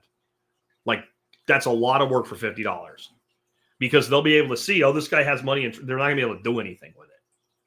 It'll just sit there grayed out, send, it won't work, right? So just be careful. Carson says just destroy the drive. Don't try to just delete. I agree. Like, go Hillary on it, man. Get rid of it altogether. How can multi-sig wallets add extra security for large amounts of Bitcoin? Multi-sig wallets require multiple keys to authorize the transaction, reducing the risk of losing funds if one key is compromised. They're ideal for holding large amounts of Bitcoin. Services like Unchained Capital make setting up multi-sig simple. I would only do it with very large amounts, and I would only do it really as part of like a inherited strategy, or very, very large amounts where it's just straight up security. Like, if you are sitting on even like $500,000 fucking bucks in Bitcoin, I probably wouldn't multi-sig it, or not all of it. Maybe I would multi-sig a portion of it, right? Stay flexible, I guess is what I'm saying. What is the timeline for Bitcoin adoption, and what might it look like in 1 year or 5 years? I don't fucking know, and neither do they, but let's read what they said. Bitcoin adoption is growing steadily among individuals, institutions, and governments. In 1 year, more countries or states may adopt Bitcoin for reserves, and in 5 years, it could become a mainstream financial asset. Adoption is driven by economic instability and trust in traditional currencies. I will say it is a mainstream financial asset at this point. If you have an ETF for a thing, it's a mainstream. If BlackRock has an ETF for a thing, it's a mainstream financial asset. By the way, the ETFs for Bitcoin have grown faster than the ETFs for gold. Poor Peter Schiff. I'm sorry, bro. I'm sorry. But they have. Meaning that if Bitcoin's not a mainstream financial asset, neither is gold. Neither is SLV. Neither is silver. So if you want to keep using terminology like that, all that means is there's a whole bunch of people out. Oh, no, I'm scared. That's your problem. HFSP, right? HFSP. Have fun staying poor, for those who don't know. My gut on this, 2025 is going to be a banger year for Bitcoin. Stock to flow ratio is looking at about $500,000 for the top. I don't know if I believe that, but it's yet to not actually call the top accurately. So we'll see. But the one thing I'll say is I've seen volatility decrease as number go up. It's still volatile, but the amount of volatility has decreased. So I personally think we're going to see a really big time 2025. I think you're going to see very, very expensive in the minds of many people Bitcoin in 2025. Then you'll have a huge correction and everybody will scream and wail and say it crashed. And, you know, there's people right now that are saying things like, this might be your last time to buy Bitcoin under $100,000. And I was like, I just posted on this the other day. I said, does anybody remember how many times you heard that about $10,000? I might have even said it. I probably couched it with, but I could be wrong, right? This is the last time to buy Bitcoin under $10,000. And damn it, it went to 69 grand in the prior cycle. And it almost broke it again on the downside. It was like 14.5, 14.7 was the bottom. I think I called 14.4 and I was within a few $100s of it because it's math. It's actually not that hard to figure out. So you could see Bitcoin hit 400 grand and drop to 90. And then you'll hear people say, it crashed. But if you had told that same person 5 years ago, it would hit 90,000, let alone crash to it, they would tell you, it's tulip mania. Like, just, you got to put these people aside. Bitcoin, to be very clear, in the words of Mandrick, who I follow and have followed for years, is maximum pain all the way. You guys look at people like us who have been in it for a while. We've been stacking for a while. We've done very well with it. We've built a lot of wealth with it. And you say, man, I want to be like them. And you're like the kid that watches a basketball game and wants to be Michael Jordan and cries because the first time he throws the ball, he can't even hit the rim, let alone make the shot. It's going to take time and it's going to hurt, right? It's going to hurt when you start stacking and eventually there's a correction. The first time you get a correction, it's like 5 points. It doesn't even matter. You're still in the money. You're going to start freaking out because yesterday your number was bigger. And you're going to have to shut the fuck up, grow the fuck up, be a big boy, and treat it like your 401k. Because this is what I know about these. This is I know. I've learned this over the years. Person talks to you for months. Like you're their crutch. Oh, baby, I'm not sure about buying. I don't know. I don't do that. Okay, fine. Here's how you buy Bitcoin. I can't help you anymore. Decide. And you follow you, check, I bought Bitcoin. Great. How much? Like $100. Okay, great. Keep doing it. DCA, do it however you want to do it. Just buy Bitcoin. And then you get an email. Oh, I have $2,800. That's awesome. That's great. Keep going. I got $4,200.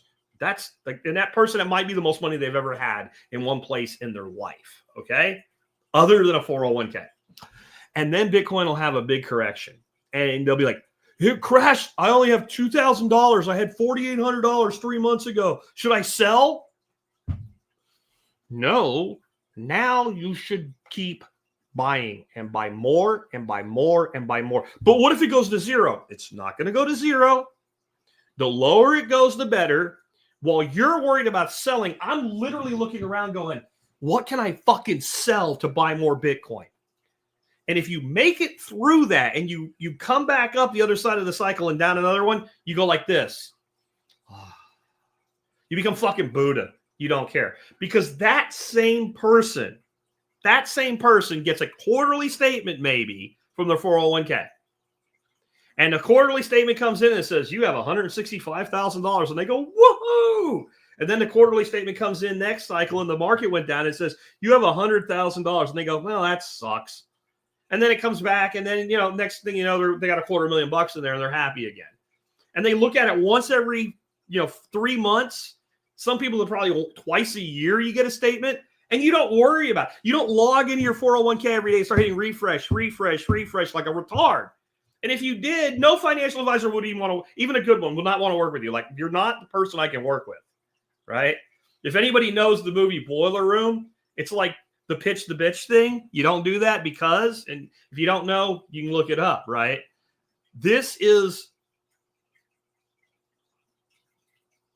I don't know, somebody there says 5 people watching is disappointing. This is potentially the best thing one could do. You must be on my alternate channel, whoever that is, this guy right here, because there's 107 watching combined on YouTube alone right now. So don't worry about it. There's plenty of people. There's another 28 over here on a completely different service. So there's plenty of people here. But yeah, like you don't pitch the bitch. And I'll explain to you. This is not my opinion. This is from a movie from the fucking 90s, right? It's a stockbroker scam movie. Like, these guys are selling stocks that are like micro stocks, and they're just basically ripping people off. And the guy says the problem with pitching a woman is if it goes up like 10%, they call you and they want to talk. And if it goes down, it's even, when it goes down, it's bad. But when it goes up, it's even worse. You want a guy because you sell him a stock and he just says, that's part of my portfolio, and he shuts up. That's probably not what good to do with somebody you don't know that calls you on the phone to sell you a micro stock. That's probably bad. But when it comes to Bitcoin, it's exactly what you should do. And this is what I want you to DCA every day. I don't care what and just don't tell me you can't afford it. You can afford $1 a day. I guarantee you I can go into your life and I can find something you're fucking around with for $1 a day that you can get rid of. Okay? There is some way you could $1, $2, $3, $4, $5. Okay? When you're DCing every day, even in those small amounts, when you wake up and you go, fuck, Bitcoin was 107 grand. It's down to 92. You don't go, it crashed like an idiot. You go, oh, look, I got more sats today. Oh, look. And you start rooting for it to short term go down. And the longer you're in it, the more you're forged as a maxi, the more you'll root for. And I swear to God, if it drops crazy down for some reason, you'll be looking like, do I really need that gun? I only bought that gun because it was cool. It looked cool. I don't really shoot it.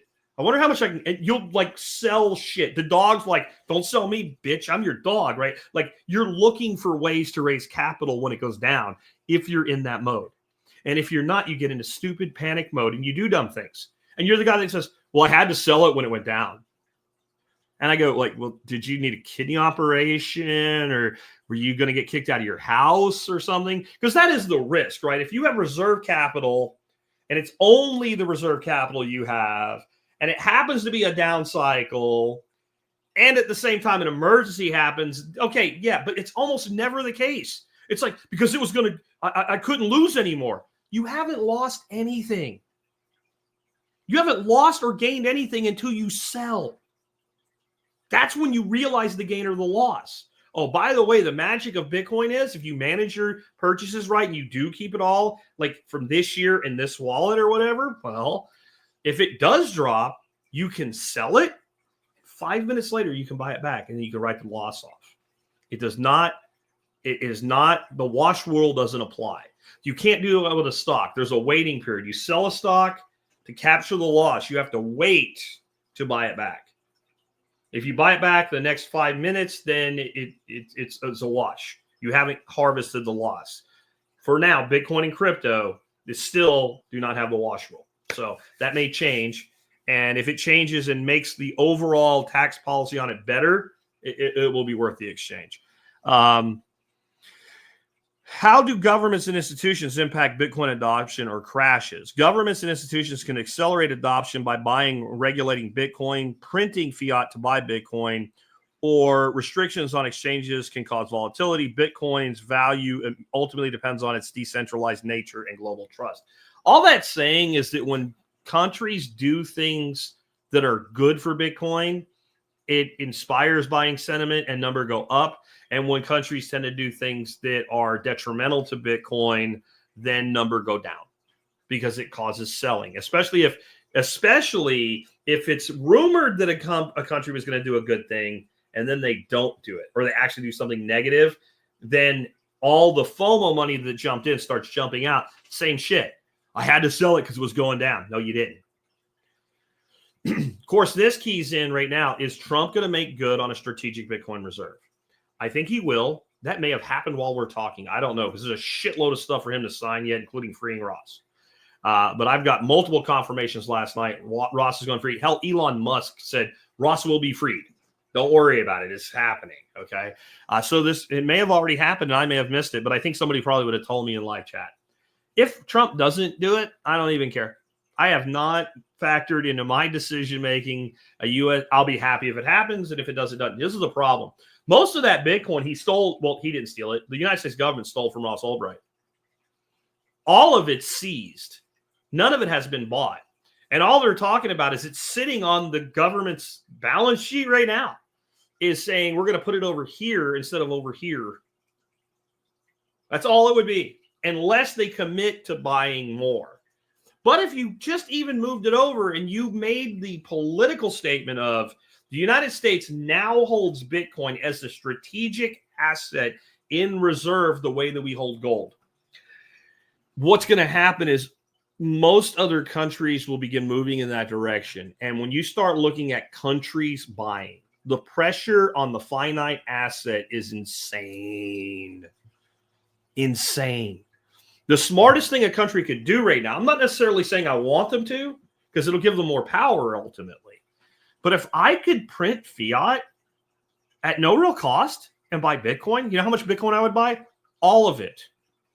I would buy it all. And I would spend very little of it because I wouldn't have to, because it would go up so high. And the more I could hold, the better. Because then you're not talking about somebody like MicroStrategy holding 400,000 Bitcoin. You're talking about somebody like the United States could buy about 2 million Bitcoin. There is a plan for the United States over time to buy 4 to 5 million Bitcoin. It can't happen. It can't happen. The more it happens, the more people will hold, and the harder it will be to get them to sell. You have to push the number to something insane. And at some point, if a country's holding it, you're going, unless you can clearly articulate how you've managed to make this Bitcoin back your dollars or your other fiat, I don't want your fiat. I want the Bitcoin just like you do. You get nation adoption at any scalable level, and then the wailing and gnashing of teeth I'm going to hear from all of you I've told to do this for over 10 years. I'm not even going to listen. I'm going to be too busy, having somebody feed me grapes or something at that point. And I wouldn't really do that. I'm just kind of making a point, trying to be funny. How can estate planning help ensure Bitcoin is accessible to loved ones after a death? Include Bitcoin in your will and designate a trusted executor who understands how to access it. Document clear instructions for recovering keys and seed phrases. Multi-sig wallets can simplify inheritance by distributing access across multiple people. Throw that away. Talk to whoever you plan your estate with. If you don't have somebody you plan your estate with, you need to find somebody, okay? Unless you don't have enough money for it to matter. If you have enough money to ask the question, you need an estate planner. You really do. And again, what you do will be different. If you have one heir, we have a plan where it's some rare, weird thing that my wife and I pick my son up, we get hit by a truck. And my daughter-in-law and my grandkids are left. They get the money, but it would happen differently than if Matthew was still around. There is some things that require some trust and distribution schedules in that event. I don't want to leave my daughter-in-law with nothing trying to raise my 2 grandkids, but I don't want to give my 2 grandkids a huge amount of money, and I don't want to give her too much money at once. But I want to make sure she can stay in her home, pay her bills, and live her life. And so that has to do with life insurance and other things as well that go into that. But that is my situation. What about you? You got 5 kids. It's different. You got 5 kids and you own a farm worth, you own a farm worth $10 million on paper. If it can be sold, you're in a totally different situation than I'm in. Even if I have as much money as you and I don't. Okay. Right. Like one way or another, you have a unique individual need that you need to fulfill with this. I also wanted to talk to you about Bitcoin taxes, and in some levels, why you need to just stop worrying about it. So one of the questions I got today was, but why is there a question on the 1040 about whether you've held or touched or sold or bought crypto? I don't even say Bitcoin, I say crypto in the last tax year on the 1040. It is a trap. Answer it truthfully. And but if I just bought it, I don't owe any money. That's fine. You do not lie on a form that you file to the government. It's a trap. It is a gotcha. If you have touched Bitcoin or any other cryptocurrency in any meaningful way, including you bought it 5 years ago and you just held it through this year, the answer to that question is yes.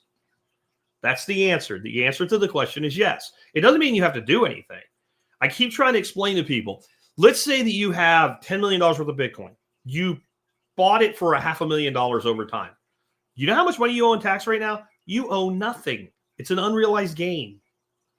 You could take pictures of it and mail it to your own personal IRS agent. They can't do anything. You're following the law as written. You're following tax code as written. It is only when it is sold, and only the portion that's sold realizes a gain that taxes are paid on. But why are we doing this? So for me, and this, I guess, has to do with what you're going to do. But for me, I'm doing this as part of my long-term wealth accumulation plan so that one day I don't have to work for money anymore. And I want you to think about it this way. Yes, if it's not in an IRA or something, which I said, if you have money in an IRA, you want to put in Bitcoin, leave it there so you have the tax advantages. But let's say you hit 65 and you have $5 million in Bitcoin. You can probably pay yourself $150,000 a year off it, pay the taxes on the gain, and never outlive your money. And you not even get close. You'll probably die with more than you have right now. You're in a neighborhood there of a withdrawal of what, about 3-4% on an asset that, you kind of need about a 20% gain over time to balance that out as you're pulling off one end on the other end that easily exceeds that by multiples. So what? We all pay taxes. We all pay this idea, like, I want you to put it a different way. No one has ever said, Jack, you know what I did? I have a brokerage account that's outside of so it's taxable. And I bought Ford when it was like $2 a share when they did the auto bailouts all those years ago. And now I have a shitload of money. I don't want to pay tax on it. Obviously, I'm going to pay tax on it when I sell it. So I'm not going to sell it all at once and take the biggest tax hit possible. I'll sell it as I need because I have a solid underlying asset, and I'm going to take from it as I need to. Like, do you do this with anything? Where is this mindset? Like, obviously, I hate taxation. And if there's a way to do it without losing everything I have, I won't pay them shit. Right? I don't pay them shit. Oh, by the way, Jim is dead on here. Jim says, if you have kids but no will, you're wrong. Absolutely. I think if you don't have a will, you're wrong. A will makes everything so much easier. And if you have sizable assets, you need estate planning and you need a trust-based system where you can avoid probate. But there's a lot of property that just instantly let me just be clear. There's a lot of people on TikTok and Instagram, and they're all genius accountants or whatever, business people, and they have all this advice about what you need to do with your money. Do not listen to these people. Have professionals who work for you that understand your individual situation, because most of them in the macro do not know what the fuck they're talking about. They're just rambling bullshit that they pulled off of a script that ChatGPT wrote for them, and they can't explain it the way that I'm explaining it to you, right? They just sound smart because they're using big words. The other side, though, even if they know what they're talking about, they don't know how it applies to you. They have no idea how it applies to you. They have no idea that you're sitting there with, like, you have like, $5,000 in the bank and a house that your kid's name is already on, and he already lives there. He lives at home with you and takes care of you because you're fucking old, and you're 5 years from death and you don't really give a shit. And all of a sudden you think you need an estate planner and you need a trust to avoid probate instead of the fact that the kid already has possession of the property. You don't need that. But you need to talk to somebody to figure out your own individual needs. I also want to tell you something real quick about what you're hearing about Trump and Trump coin and all this shit. Okay, Trump coin is a shit coin. I have no idea if Trump himself could even explain to you what it is or how it works. He probably can't. But there's also this thing. They bought a whole bunch of shit coins. Don Jr. announced it. And they bought something called wrapped Bitcoin. And, of course, the Bitcoin maxis are enraged. It's not real Bitcoin. These are the same people that say that ETF isn't real Bitcoin. It's one-to-one backed. It's an Ethereum contract. I would never buy it myself, to be clear. But it basically allows you to partake in DeFi or decentralized financing and to borrow against your Bitcoin. Don't do this. That's what they're doing. That way they can spend the capital, acquire the Bitcoin, and still leverage it through debt to trade other shit. But you have to trade other shit. And Coinbase just rolled this out. And I want you to be very careful getting anywhere near this. This DeFi scheme, think of Coinbase like a wallet in this thing. It's like a signing device that lets you do it, and they make a riff off of doing it. But it's actually something anybody can do. You take your Bitcoin and you convert it to WBTC, which is wrapped Bitcoin. So it's now Bitcoin running on the Ethereum chain. And that makes it eligible, or it makes it work for Ethereum-based smart contracts. And now you could say, well, I've posted $50,000 worth of Bitcoin, and I want to borrow X amount against it and use it as collateral. The program Coinbase rolled out is impossible to decipher what you're actually going to pay. The best I can figure out is you're paying 9 to 20%, and that number can change on the fly at any time without you knowing it. Oh, don't worry. You only pay it back when you feel like it, except you get deeper and deeper and deeper in debt with the interest compounding on itself. And if you get into an out of balance situation, the whole point of wrapping the Bitcoin is someone else can take it, which means it is real Bitcoin, because if it wasn't real Bitcoin, the counterparty wouldn't take it as collateral. You're locking Bitcoin into a smart contract on Ethereum with this. Don't do it, but don't believe somebody when they say it's paper Bitcoin. This is fucking stupid, because taking Bitcoin and putting it into wrapped Bitcoin doesn't make more Bitcoin. That's paper Bitcoin. That would be paper Bitcoin. If you had a thing, you're holding 10 Bitcoin, you're loaning out 20, that's paper Bitcoin, because that loan can't be called out. This is just you've allowed a different form of custodianship that has a contract that says, in the event that these things occur, return it. In the event that these things occur, give it to somebody else who's accepted it as collateral. This is actually how this is going to work in the end. It probably will not have anything to do with Ethereum or Solana or any of these other shitcoins. There will be smart contracts built for Bitcoin that will have good and discernible terms. Like, you can borrow this much against your Bitcoin as collateral, and as you service the loan, the amount that needs to be held in collateral goes down, and you have an interest rate of, let's say, 4 or 5%, because it is a better asset to hold as collateral than a house. If you give me a loan on a house, and you say, well, you gave him a $200,000 loan on a house worth $200,000, we're good. That house is not immediately liquid, and I can fuck the house up while I'm here. Maybe I go crazy in my old age, and I start smearing shit on the walls or something. Who knows? And I don't take care of my house, and it goes into complete disrepair, and I'm making my minimum mortgage payments, and all of a sudden I can't make payments anymore. And so you repossess the house, and you find out that even though it should have went up in value, that no one will touch it. I can't break Bitcoin. I can't pull the copper out of the walls of a Bitcoin. It is pristine capital, but there are no good term loans against it yet. And I would never trust Coinbase with it. They're not even the ones doing the loans. They're basically a loan broker skimming part of the profit, which is predatory. Okay, but that's what wrapped Bitcoin is. And if you have any questions and you haven't already asked them, now would be the time. I'm going to cover the item of the day, and I'm going to come back and answer questions, and we're going to write up. And once again, we've gone way longer than I planned on. So my item of the day today is the same one as yesterday. It is the Thermo Maven Instant Read Thermometer.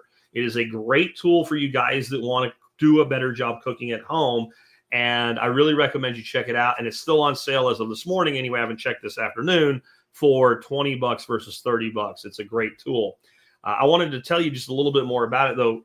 So if you're on the video, you can see I'm holding it up to the camera right now. It is a very well-built tool. And you can see it's got the little cover right there. One screw comes out, one little Phillips screw comes out, and it's AAA batteries. That means if you use rechargeables, you have rechargeables for it. If you don't use rechargeables, throw Duracells in it. That's probably the best. When you open it, it comes on. And when you close it, it goes off. When you put this in a piece of meat, it is like a half-second response time, and you know how the temperature is. If you're cooking meats and steaks and chops and things like that, you don't have a thermometer. You know, I'm pretty good at getting a steak the way I want it, but like getting it the way my wife wants it without going too far, that's hard. She wants it a little bit pink, just a little bit pink. I don't want to see too much red. It makes me icky. You know, and I know I've always told her if I blindfold you, you'd prefer my steak. But, you know, happy wife, happy life, right? And then you got other people. And then there's other things you need to cook. You're worried about things that are like health issues. You understand, right? No, Ken, BTC should not increase the block size. Go away. Stop talking to shitcoiners and don't delve into that world. You're not ready for it yet, bro. Stick to carbs. Stick to telling people not to eat carbs. Okay, I'll put it this way. Ken Berry's here. He says, shitcoin discussions, and that's a shitcoin discussion, you should treat that the way you treat people that say, but can I have some of the carbs in do you eat pasta when you're on carnivore? There you go. That's how that I read a book. Okay. Anyway, check this thing out. It's just a great tool, and it's got some cool extra features. It's got a bottle opener so you can have a beer or something while you're cooking. It's got magnets on the back because I lose it all the time. So now I just stick it to the side of the refrigerator so it's always there. But the big thing is I also love tools like this. This is a meter block. These are very expensive, and they have these individual probes. Each probe is actually Bluetooth. And you can put this into a cut of meat, and then when you're cooking, your app on your phone tells you like how long is left, what the temperature is. You can set up a cook for a roast or something like that. And they work for steaks if they're like an inch thick. But you see how big around they are? See how big that thing is? You can't put that in like a half-inch chop or something. You can't do that and get a good reading. You need something like the Instant Read. So there are different tools for different purposes, just like self-custody, Bitcoin, and ETF are different tools for different purposes. All right, so with that, let's go ahead and start taking some questions, and we're going to ignore Ken's because I know it's fucking troll question. He's going to be the node discussion I had just recently had with Ken. What do you think this will do for you? And I told him how to do it, but I also said, like, make sure it's like something that actually works for you. Frankie says, how does a newbie like me find a crypto ledger or wallet and how to use it? We covered that pretty good. Again, I recommend a Trezor Model T. I will also say this. If you have less than about $5,000, there is nothing wrong with, until you get up to that number, using a good software wallet like Coinomi or Exodus.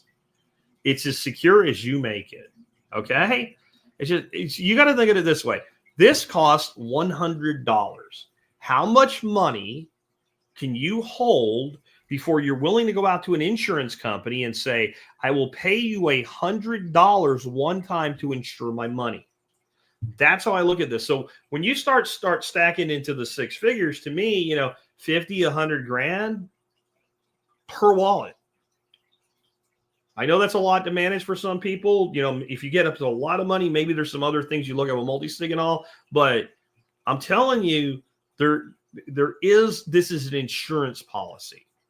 And just like if if I gave you a choice and said you could have 10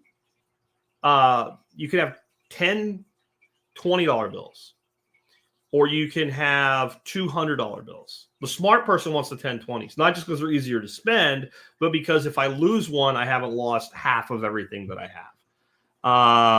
But yeah, I mean, guys, when you're just getting started, just use a software wallet. Read my article at the Bitcoin Breakout. Go to Bitcoin Tools or just go to the Bitcoin Breakout and search self-custody and read my article and listen to my episode on self-custody. Flory Fitness, you have discussed the possibility that may be done with 70% corrections that have historically been a part of Bitcoin cycles. Is it possible we are done with the 65% gains year to year yet too? I don't think so. We're not on a 65% gain right now. Bitcoin is up right at 100% over the last 12 months. So I don't think so. I think that eventually we'll settle into something like annualized 50% gains over 10 years. And that's still insane, everything else. I do think we are not going up as much. And so we're coming down less as well. We're still coming down the same percentage, but less in the total. But if you look at Bitcoin over like since inception, you'll see in the initial ramp up into like the 2013, 2014 range that it is significantly sharper. And that's where some of the insane numbers of returns come from people. But if you, and I think it's like March of 2013, it might be March of 2014. There's a point in the total graph of, all time that the upward angle is pretty much the same all the way through. And so, again, it's maximum pain. If you're not prepared to deal with a downturn of 50, 60, 70%, you don't deserve a 500% upside. You don't. You're not ready for it yet. You don't have the discipline to do it yet. I'm sorry. Texas Plant Company, BTC price prediction this year with Trump. Any thoughts on the master price? So I don't even need to consider, in my opinion, buying Masterlink as a stock. I don't do individual stocks unless I have a very, very good reason and I have all the Bitcoin exposure that I need. Different buckets, different purposes, different timelines. It's a very interesting play Michael's making, and it will work right up until other people start doing it. And then it will work really well for Masterlink, but less so for Masterlink stock holders, because now you'll have more choices. Right now, you don't really have another choice to somebody that's went this hard all in that's a publicly traded company. So I don't know. I think you can make a lot of money with it, but I'm actually very conservative with my investing. And the more conservative I get, the larger my allocation of Bitcoin. And Michael actually will tell you the same thing. He's like, we're making it possible for people that can't do it any other way. And since people will do it, we'll do it too. The new old man says, do you need a VPN in Texas to use wallets? Have you heard of MetaMask app? MetaMask is a shitcoin wallet that is embedded in your browser, and you probably shouldn't use it because it's shitcoins. It's not really what I would do. And no, you do not need a VPN in Texas to use a wallet. I don't know where that comes from at all. VPN is a great security measure. It helps hide your location. So if you wanted to do certain things, you might use a VPN. So if you were into shitcoins, for instance, you could use some of the way they do ICOs, you could use a VPN to make it look like you're in Vietnam or Spain, and you could participate in things not available to non-accredited and registered investors in the state or the country of the United States if their securities lapse on actually checking for that. Like, we do what we could, man. Guy looked like he was in France or whatever. But a VPN has nothing to do with the use of a wallet. It would, again, make your transactions a little bit more secure. But again, who's the counterparty? Are they using a VPN, et cetera? And what is your overall security? A VPN is great for what a VPN does, but it really doesn't have anything to do with using a wallet. So if you want to clarify that question, go ahead. Dennis says, can I take a pic of my passphrase on my cell phone that links up? Dennis, you know the answer to that. Don't do that. That's dumb. But people do it. I think that's why he asked the question. So what he's saying is, I can take a picture of my passphrase, and then I would never lose it. And it's backed up in iCloud. Yeah. And if it gets hacked, then somebody can steal your shit. I do have a question for you guys, though. There's a scam, and I've never played with the scammers enough to figure out what the end goal is. But I guarantee you I'm going to get comments like that in this episode. And probably my alt channel, definitely, because that gets more scammers, because I have much better anti-spam filtering set up on this YouTube channel, the main YouTube channel for the show. But it'll be something like this. They'll be totally unrelated questions, but I have, Solana or USDT or whatever in my wallet, my bullshit wallet. My seed phrase is, and it'll list like 12 random words, which totally are not going to be a seed phrase. Nobody would do that. How do I move it to, Coinbase? That's clearly a scam. What is the scam, though? What do they hope to gain by saying that? Are they going to try to trick you into giving them your seed phrase to show them how it works or what? I don't know, but I've seen that one a lot lately. And I immediately just ban that person from my channel. But if anybody, what are they trying to accomplish is what I'm asking. Stan Bridge says, I usually wait a few weeks after a firmware update is released for my Trezors before I update them. If there's a bug or a security flaw in the firmware, am I too paranoid? I don't necessarily think so. I just make sure I plug them in once a month. But that's actually not a terrible idea. You'd be one version back, and that way if there was a bug in the update, you didn't get the bug. I would say one thing that, like, don't be too paranoid in that what if the firmware update fixes a bug from the last version? And sometimes they tell you that, and sometimes they don't, because they don't want anybody to know that there's a bug there. And maybe it's not really a bug, it's a potential bug. So I don't know. I think best practice would be, in general, to be in the most updated version possible. Carson says, question, not really, but today I made a post on Ledger on X because I got scam email and so many scammers responded to it. So what he's saying is he got an email probably that said something like, you need to update your device, update your seed phrase, update your password.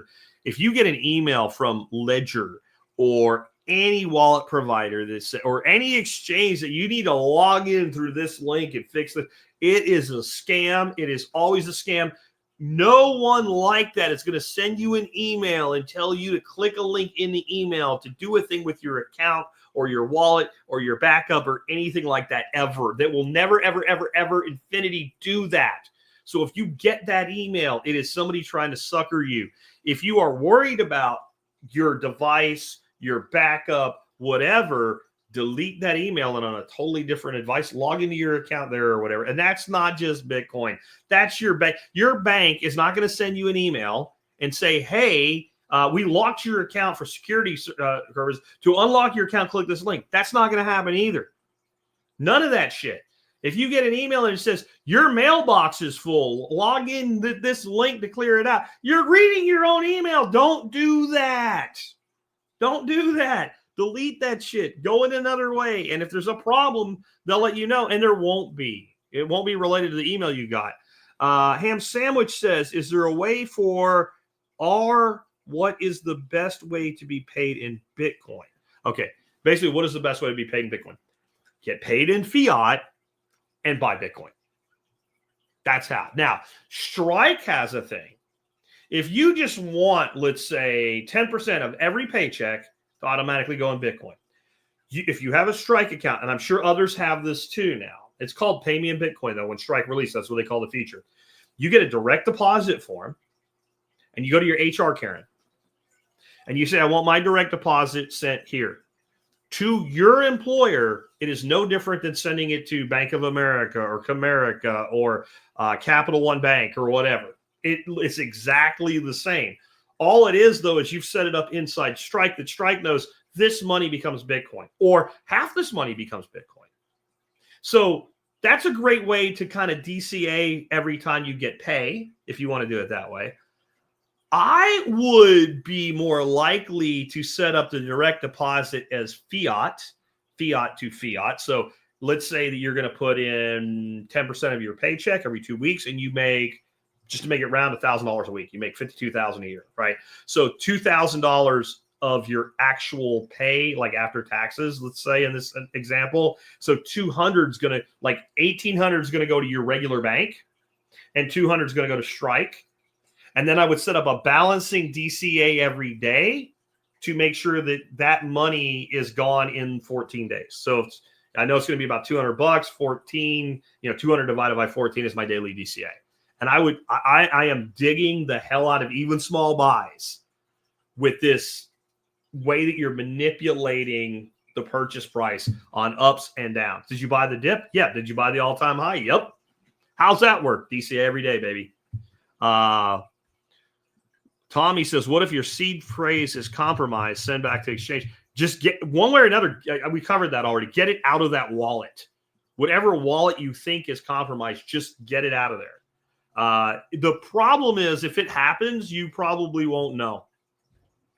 If I was a scammer, if I was a thief, and I get your seed phrase, your fucking money's gone, bro.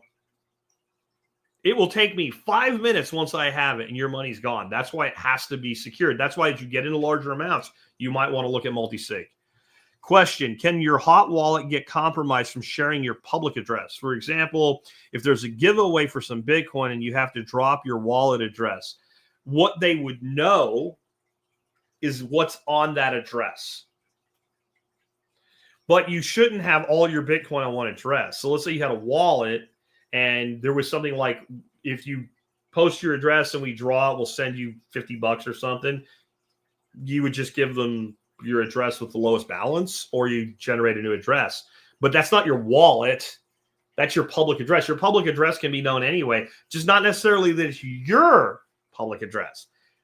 I would say I don't know of an instance like this that I would trust. I really don't. I don't know who would do this. This sounds like a phishing attempt in some way, and who knows what other things they're doing. Like, okay, you dropped it and now I have your IP, and with your IP, I can kind of figure out who and where you are. Like, I just wouldn't do this, but somebody knowing your public address is not a security risk unless, you know, that public address has like $15 million on it, because that's the $5 wrench attack. Instead of a quantum computer, a $5 wrench. How's a $5 wrench attack work? So I send 2 goons to your house with a $5 crescent wrench, and they beat you until you unlock your wallet for them. It's a very effective method of hacking, okay? So that's the risk, because to receive Bitcoin, somebody must know your public address. So you should think about it a little bit like logging into an account. You have a username and you have a password. So when you go to X and you log in on X, and like, because I was stupid at the time I set it up, my X handle is the Survival Pod C, because I couldn't do survival podcasts. It wouldn't fit. I should have done Modern Survival Everywhere is what I should have done as a branding thing or something associated, but I didn't. But it's the Survival Pod C. Can you hack my X account because you know my username? No, you would need my complex password on the other side. Now imagine your username is this giant string and your password is this giant string, and there's more permutations of that string than there are atoms in the universe. It's as secure as you keep it, okay? Let's see. Flurfy Fitness says, Jack, I'm grateful for your knowledge, and gave me $1.99. Thank you. Halheem, $2 super chat and just says, thank you. Thank you for that. And Gahilmer, I guess is how you say it. Question, is there a specific place to get a hardware wallet that is reputable, or is Amazon fine? Amazon is fine if you're buying from the wallet manufacturer. In fact, it is really no different. So if you want to buy a Trezor from Trezor directly, you can do that too. I put the Amazon links in the video notes because it's convenient for people that use it all the time. If you go to the Bitcoin breakout and click on Bitcoin tools, you can go straight to Trezor and buy it. In any event, you always need to be buying from the wallet manufacturer. If you're buying a Trezor from Trezor, again, when it comes, it is basically empty. And I don't mean there's no Bitcoin in it. There's no code in it. You're buying raw hardware and you install the code. I know that might scare you. It's not hard. You follow the prompts when you plug it in. And in fact, if you're going to pair it with Exodus, if you try to pair it with Exodus before, this is something I really should have said that earlier. It won't work. You have to install, like you have to plug it in and do what it tells you to do and prompts you to do and install the code. And then you can pair it with Exodus. And Exodus has great material on how to do that. So hopefully that answers. LibertyCast says, appreciate you, Jack. Thanks for streaming today. May God continue to bless you richly in 2025 beyond, and a $5 super chat. Thank you, LibertyCast. LibertyCast just paid for my DCA today. And I really do. If you guys follow me on X, if you guys follow me on Nostr, those 2 places, I post my screenshot every day, and I made a commitment that I will do it for 365 days in a row. And only DCA automated will allow that, because like last weekend, I had to rush the cat to the vet. We spent like $500 freaking dollars on the cat for testing and shit because the cat wouldn't eat. The cat was dehydrated. The cat needed antibiotics. The cat needed fluids because the cat wouldn't drink.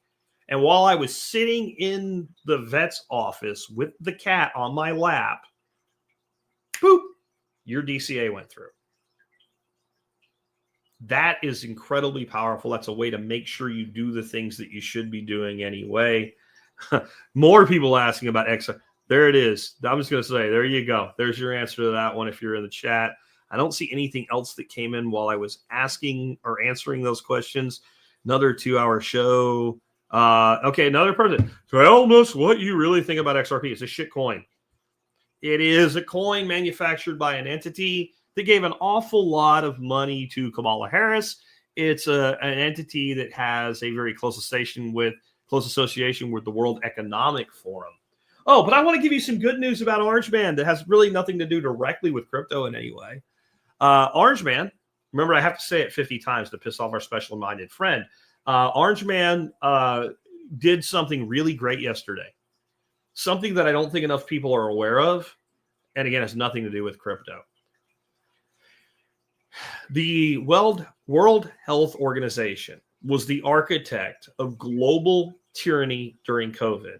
The World Health Organization's goal is to have a pandemic treaty that tells all the other countries what they have agreed to and have to do if there's another pandemic. The World Health Organization is the source of vaccine passports and other things and tracking and all the other shit and how CBDCs would play into that and all. With a stroke of a pen yesterday, Orange Man did a beautiful thing. He removed the United States from the WHO. We are no longer a member. We are no longer part of that monstrosity. And we are no longer giving them hundreds of fucking millions of dollars a year only to have India and China have the most say in what happens while giving the least money. The World Health Organization is a disgrace. It is a catastrophe. And it is a place where money goes to be grifted, stolen, and die.